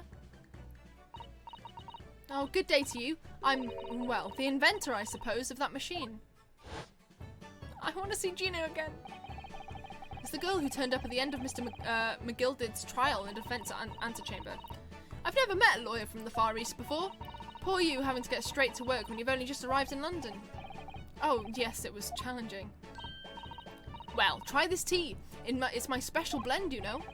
Oh, thank you. Is tea supposed to look that colour? Oh my, what a fragrant yet mellow flavour. Hooray, it's a winner! I tried blending different leaves designed to alleviate fatigue, you see. You must be exhausted after your long voyage here. After your long voyage here. And you have another ticklish trial tomorrow. Oh, and you're to defend a Japanese man. I do wish you lots and lots of luck. Did Mr. Sholmes tell you about us by any chance? Oh, you know Hurley, do you? Hurley? Mr. Sholmes to you, surely? Mr. Sholmes was a fellow passenger on the boat that brought us to Great Britain, you see. Was he really? Well, I had no idea. I'm afraid Hurley's out on an errand again today, even though he's just returned from overseas. Wait a minute. We met this girl for the first time ever yesterday after the trial, and only briefly at that. How on earth does she know so much about us? Did she deduce all those things, do you think? And perhaps more to the point, why is she here in Mr. Sholmes' suit? Oh, silly me, I haven't introduced myself, have I? Hey! It's a great pleasure to meet you both. My name is Iris Wilson. I live here together with Hurley. Ah, Iris is it? What a lovely name. What? What's the matter? No, wait, this can't be. Did you say that your name is Wilson? What's the matter with Susato-san? Why is she so flustered all of a sudden? Yes, that's right. And what are your names? It's meant to be Watson, but it's not. It's Wilson. Oh, sorry. Oh, I'm Ryunosuke Naruhodo, a lawyer from Japan. Oh, sorry. I'm Mr. Naruhodo's judicial assistant, Susato Mikotoba. It's wonderful to meet you. Lovely. Susie and Runo. Got it. Susie and Runo. Susie and Runo. There's more to this girl than meets the eye.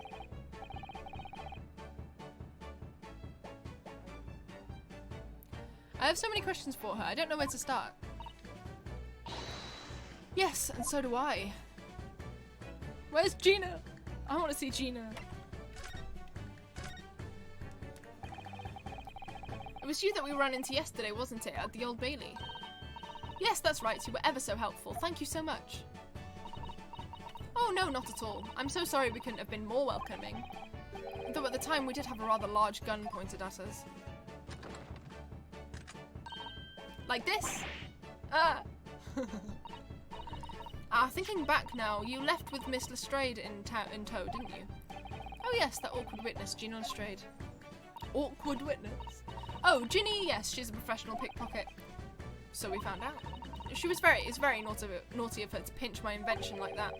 Are you referring to that trial-disrupting gun-like contraption?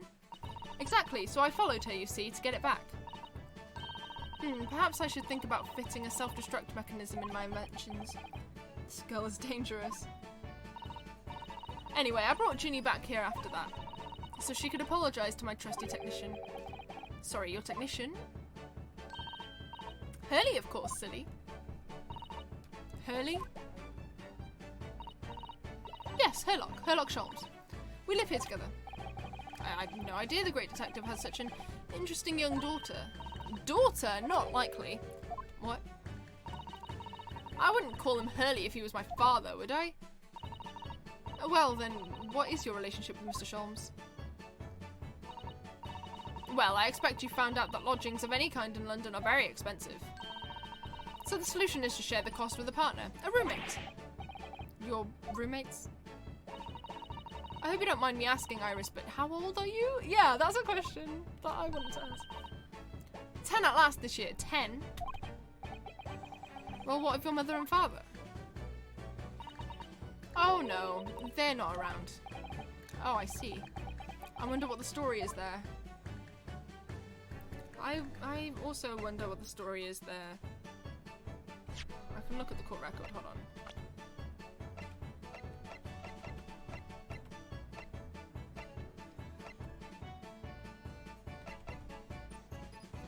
A degree in medicine as an author of popular series of short stories. Is she actually? Okay. Wilson. Oh yes, there's something I must ask you. Of course. Go ahead, Susie. I'm a very great fan of the Adventures of Sherlock Holmes and... Oh, you have a copy of Rants magazine. Yes, I read every issue. It's delivered all the way to Japan on a ship. Oh, this is so exciting. My stories are being read on the other side of the world. My stories? That's right. Hurley is always solving such amazing cases, you see, and he tells me all about them. They really are quite fascinating. It'd be such a shame if I was the only one who ever heard them, don't you think?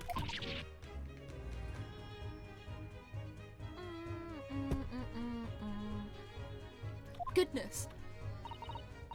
Last night he was telling me all about a new case he just solved on a steamship, travelling from a faraway land. So I was just in the middle of typing up the manuscript for the next issue before you came. So you are the author? Yes, I'll let you in on a secret if you like. I'm going to call this latest adventure The Speckled Band. The Speckled Band, that's certainly very familiar. Of course I always change one or two details in the stories here and there. This time I had the idea of making a venomous snake be the cause of all the trouble. Oh, that was Mr. Sholm's first thought as well, actually. Yes, and of course I know that a snake might not be a credible fit for the facts of the case exactly, but it's a story. Some poetic license is justified to make it more thrilling, I think, don't you? So do you mean to say... Are the stories about Mr. Sholmes that are published...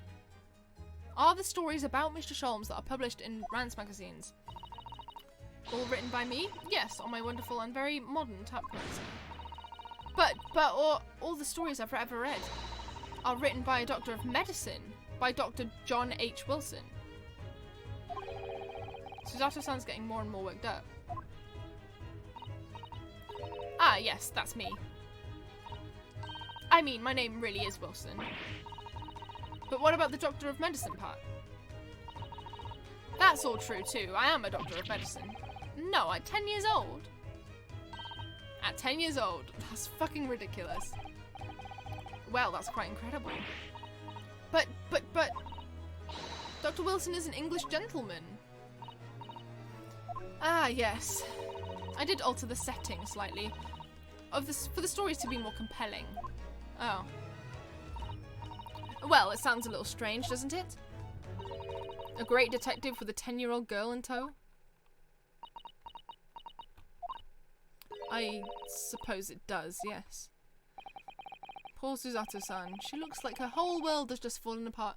Also, just casually mentioning John H. Wilson, isn't that the guy who died in the first case?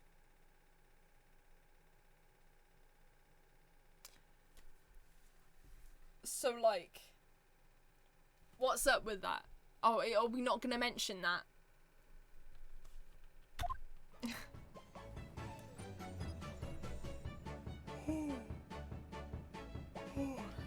God, I am actually getting tired. I'm gonna get to the court bit. Yeah, maybe starting the fourth case wasn't the best idea in the world. Fuck it, but I really want to. I'll get to the next to be continued and I'll see how I feel. About before. Yes, what's in your mind, Bruno? Let me tell you. How did you know that I was a lawyer and we just arrived in London, I mean? Yes. Oh, and that we have a difficult trial tomorrow. How did you know all of that? Oh, that's what you mean. Please, tell us how you did it. Explain every detail. Of course, I'd be delighted. Although, there's really no mystery. Now, let's begin. Iris Wilson is proud to present her logic and reasoning spectacular. First of all, I knew already that you were a lawyer, Bruno. After all, I met you yesterday at the Old Bailey in the defendant's antechamber. But you also said that we'd only just arrived in London. How did you know that? I observed a passport and travel ticket protruding from your breast pocket. Oh. So I was reasonably confident that you must have only just arrived in the country. And on top of that, you accepted a case against that particular prosecutor, telling me you were unaware of London's court affairs. The Reaper of the Bailey, I walked right into that one, didn't I? Then I noticed a red ink stamp on the back of Susie's hand. You were given that when you visited the local prison to meet with the suspect, weren't you, earlier today? Ah. They use those stamps to keep a close eye on comings and goings, you see. I didn't realise. And a red stamp is only used for people visiting foreign inmates. So that told me that even though you had only yesterday concluded the trial of Magnus McGilded, the two of you had already had cause to visit a foreign inmate at our local prison. However, neither of you was wearing a particularly sad expression on your face, so I concluded that the prisoner was unlikely to be a friend or a relative. That led me to believe that you must have accepted a new case. I see. But how could you have known that the trial is tomorrow? Well, having barely been home a few hours yesterday, Hurley solved yet another case. It's obviously amused him. He told me that he'd caught a Japanese man who was bawling and trembling. A Japanese man? Well, clearly that must have been Mr. Natsume. Now, Bruno has that fancy Japanese sword. And I think your outfit is called a kimono, isn't it, Susie? Well, anyway, it was clear to me that you both came from Japan yourselves, so I put two and two together and decided you must be defending the Japanese man Hurley caught. The Japanese man Hurley caught. There was only one conclusion those facts could lead me to. You both came here to ask Hurley about the case. That was actually pretty good. There's a note on the mantelpiece that says the man's trial will be tomorrow. Hurley is always stabbing his notes with a knife, you know. He is silly. And that's all there was to it, really. Thank you for listening. I'm Iris Wilson, and that was one of my great deductions. She is severely better at that than fucking Herlock is. Well, was it a winner? Were my deductions correct? They were spot on. That was amazing, Iris. Truly a great deduction. We even managed to discern something of Mr. Sholm's discovery. Oh, well, I was just copying Hurley's style for that.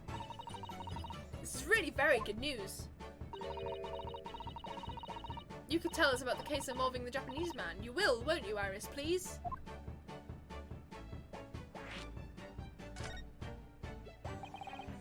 So yesterday, Mr. Sholmes apprehended a Japanese man, you were saying? Yes. Hurley had just arrived back in London after a sea voyage, but the police were waiting for him at the railway station to take him directly to the crime scene.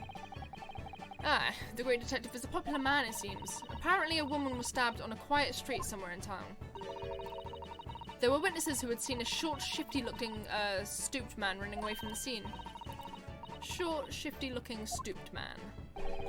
Mr. Natsume, beyond any doubt. Suzeki-san said that he didn't see anybody else on the street at all, but it seems there were witnesses after all.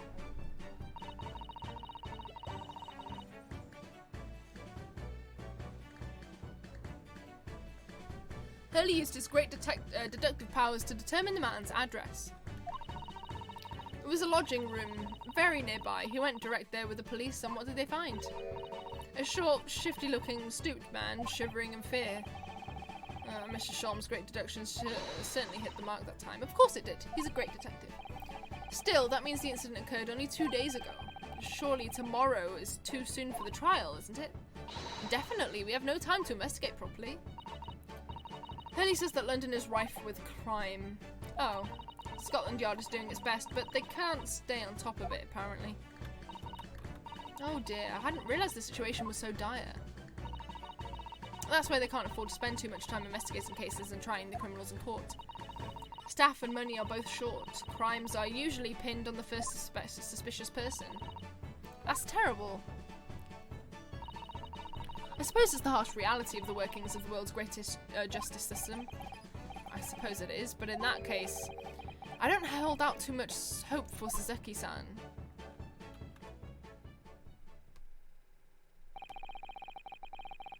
Thank you for answering so many of our questions, Iris. This has been very informative. Oh, you're most welcome. I've had so much fun. Do you happen to know where Mr. Sholmes is at the moment? As you guessed, we'd like to ask him some questions about this case as well. Ah, well, I expect Hurley is still investigating the scene. Of the case involving Natsume, you mean? Yes, Mr. Nuts. Oh, May? Hurley said he was going to the man's lodgings. If you leave now, you'll probably catch him there. Iris, do you know where those lodgings are? Well, I imagine the police are still investigating the scene of the crime themselves, aren't they? Did you happen to come across a detective by the name of Gregson while you were there? Yes, we know Inspector Gregson. Ah, goody, in that case. Give Gregsy this from me, would you? If you do that, I'm sure he'll tell you what you want to know. What is this? A 5-shilling piece and a postcard, it seems. Iris's postcard been entered in the court record. It reads, tell the gentleman in black whatever he wants to know. I trust that won't be a problem. Gosh, this will make the inspector help us, will it? Well, thank you, Iris. We'll give it a try.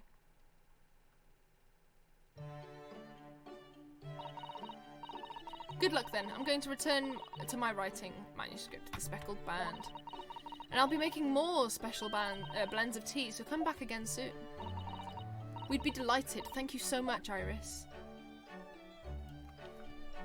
Oh, man. Well, Mr. Naruhodo, it's back to the scene of the crime. So, somewhat dubious that they would exert any influence over the men at Scotland Yard at all, we headed back to the scene with Iris's curious note, and one of the world's heaviest silver coins in hand.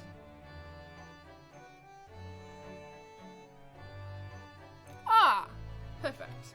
A to be continued screen, because I am actually getting quite tired. I should have stopped at the end of the third case, honestly. Should have stopped on that high. Ah.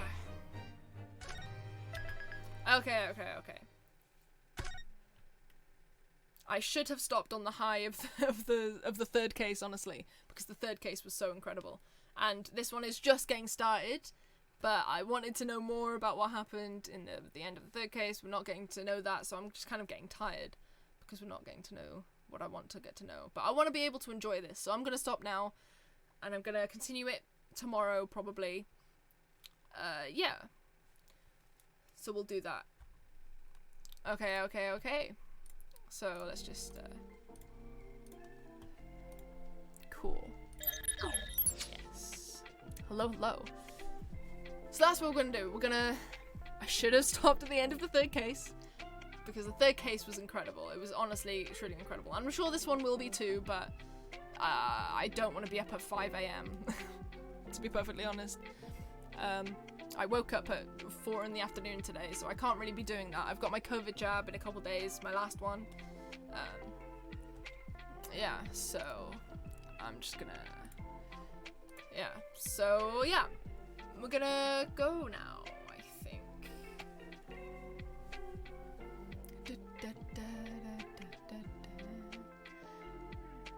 Yeah, okay.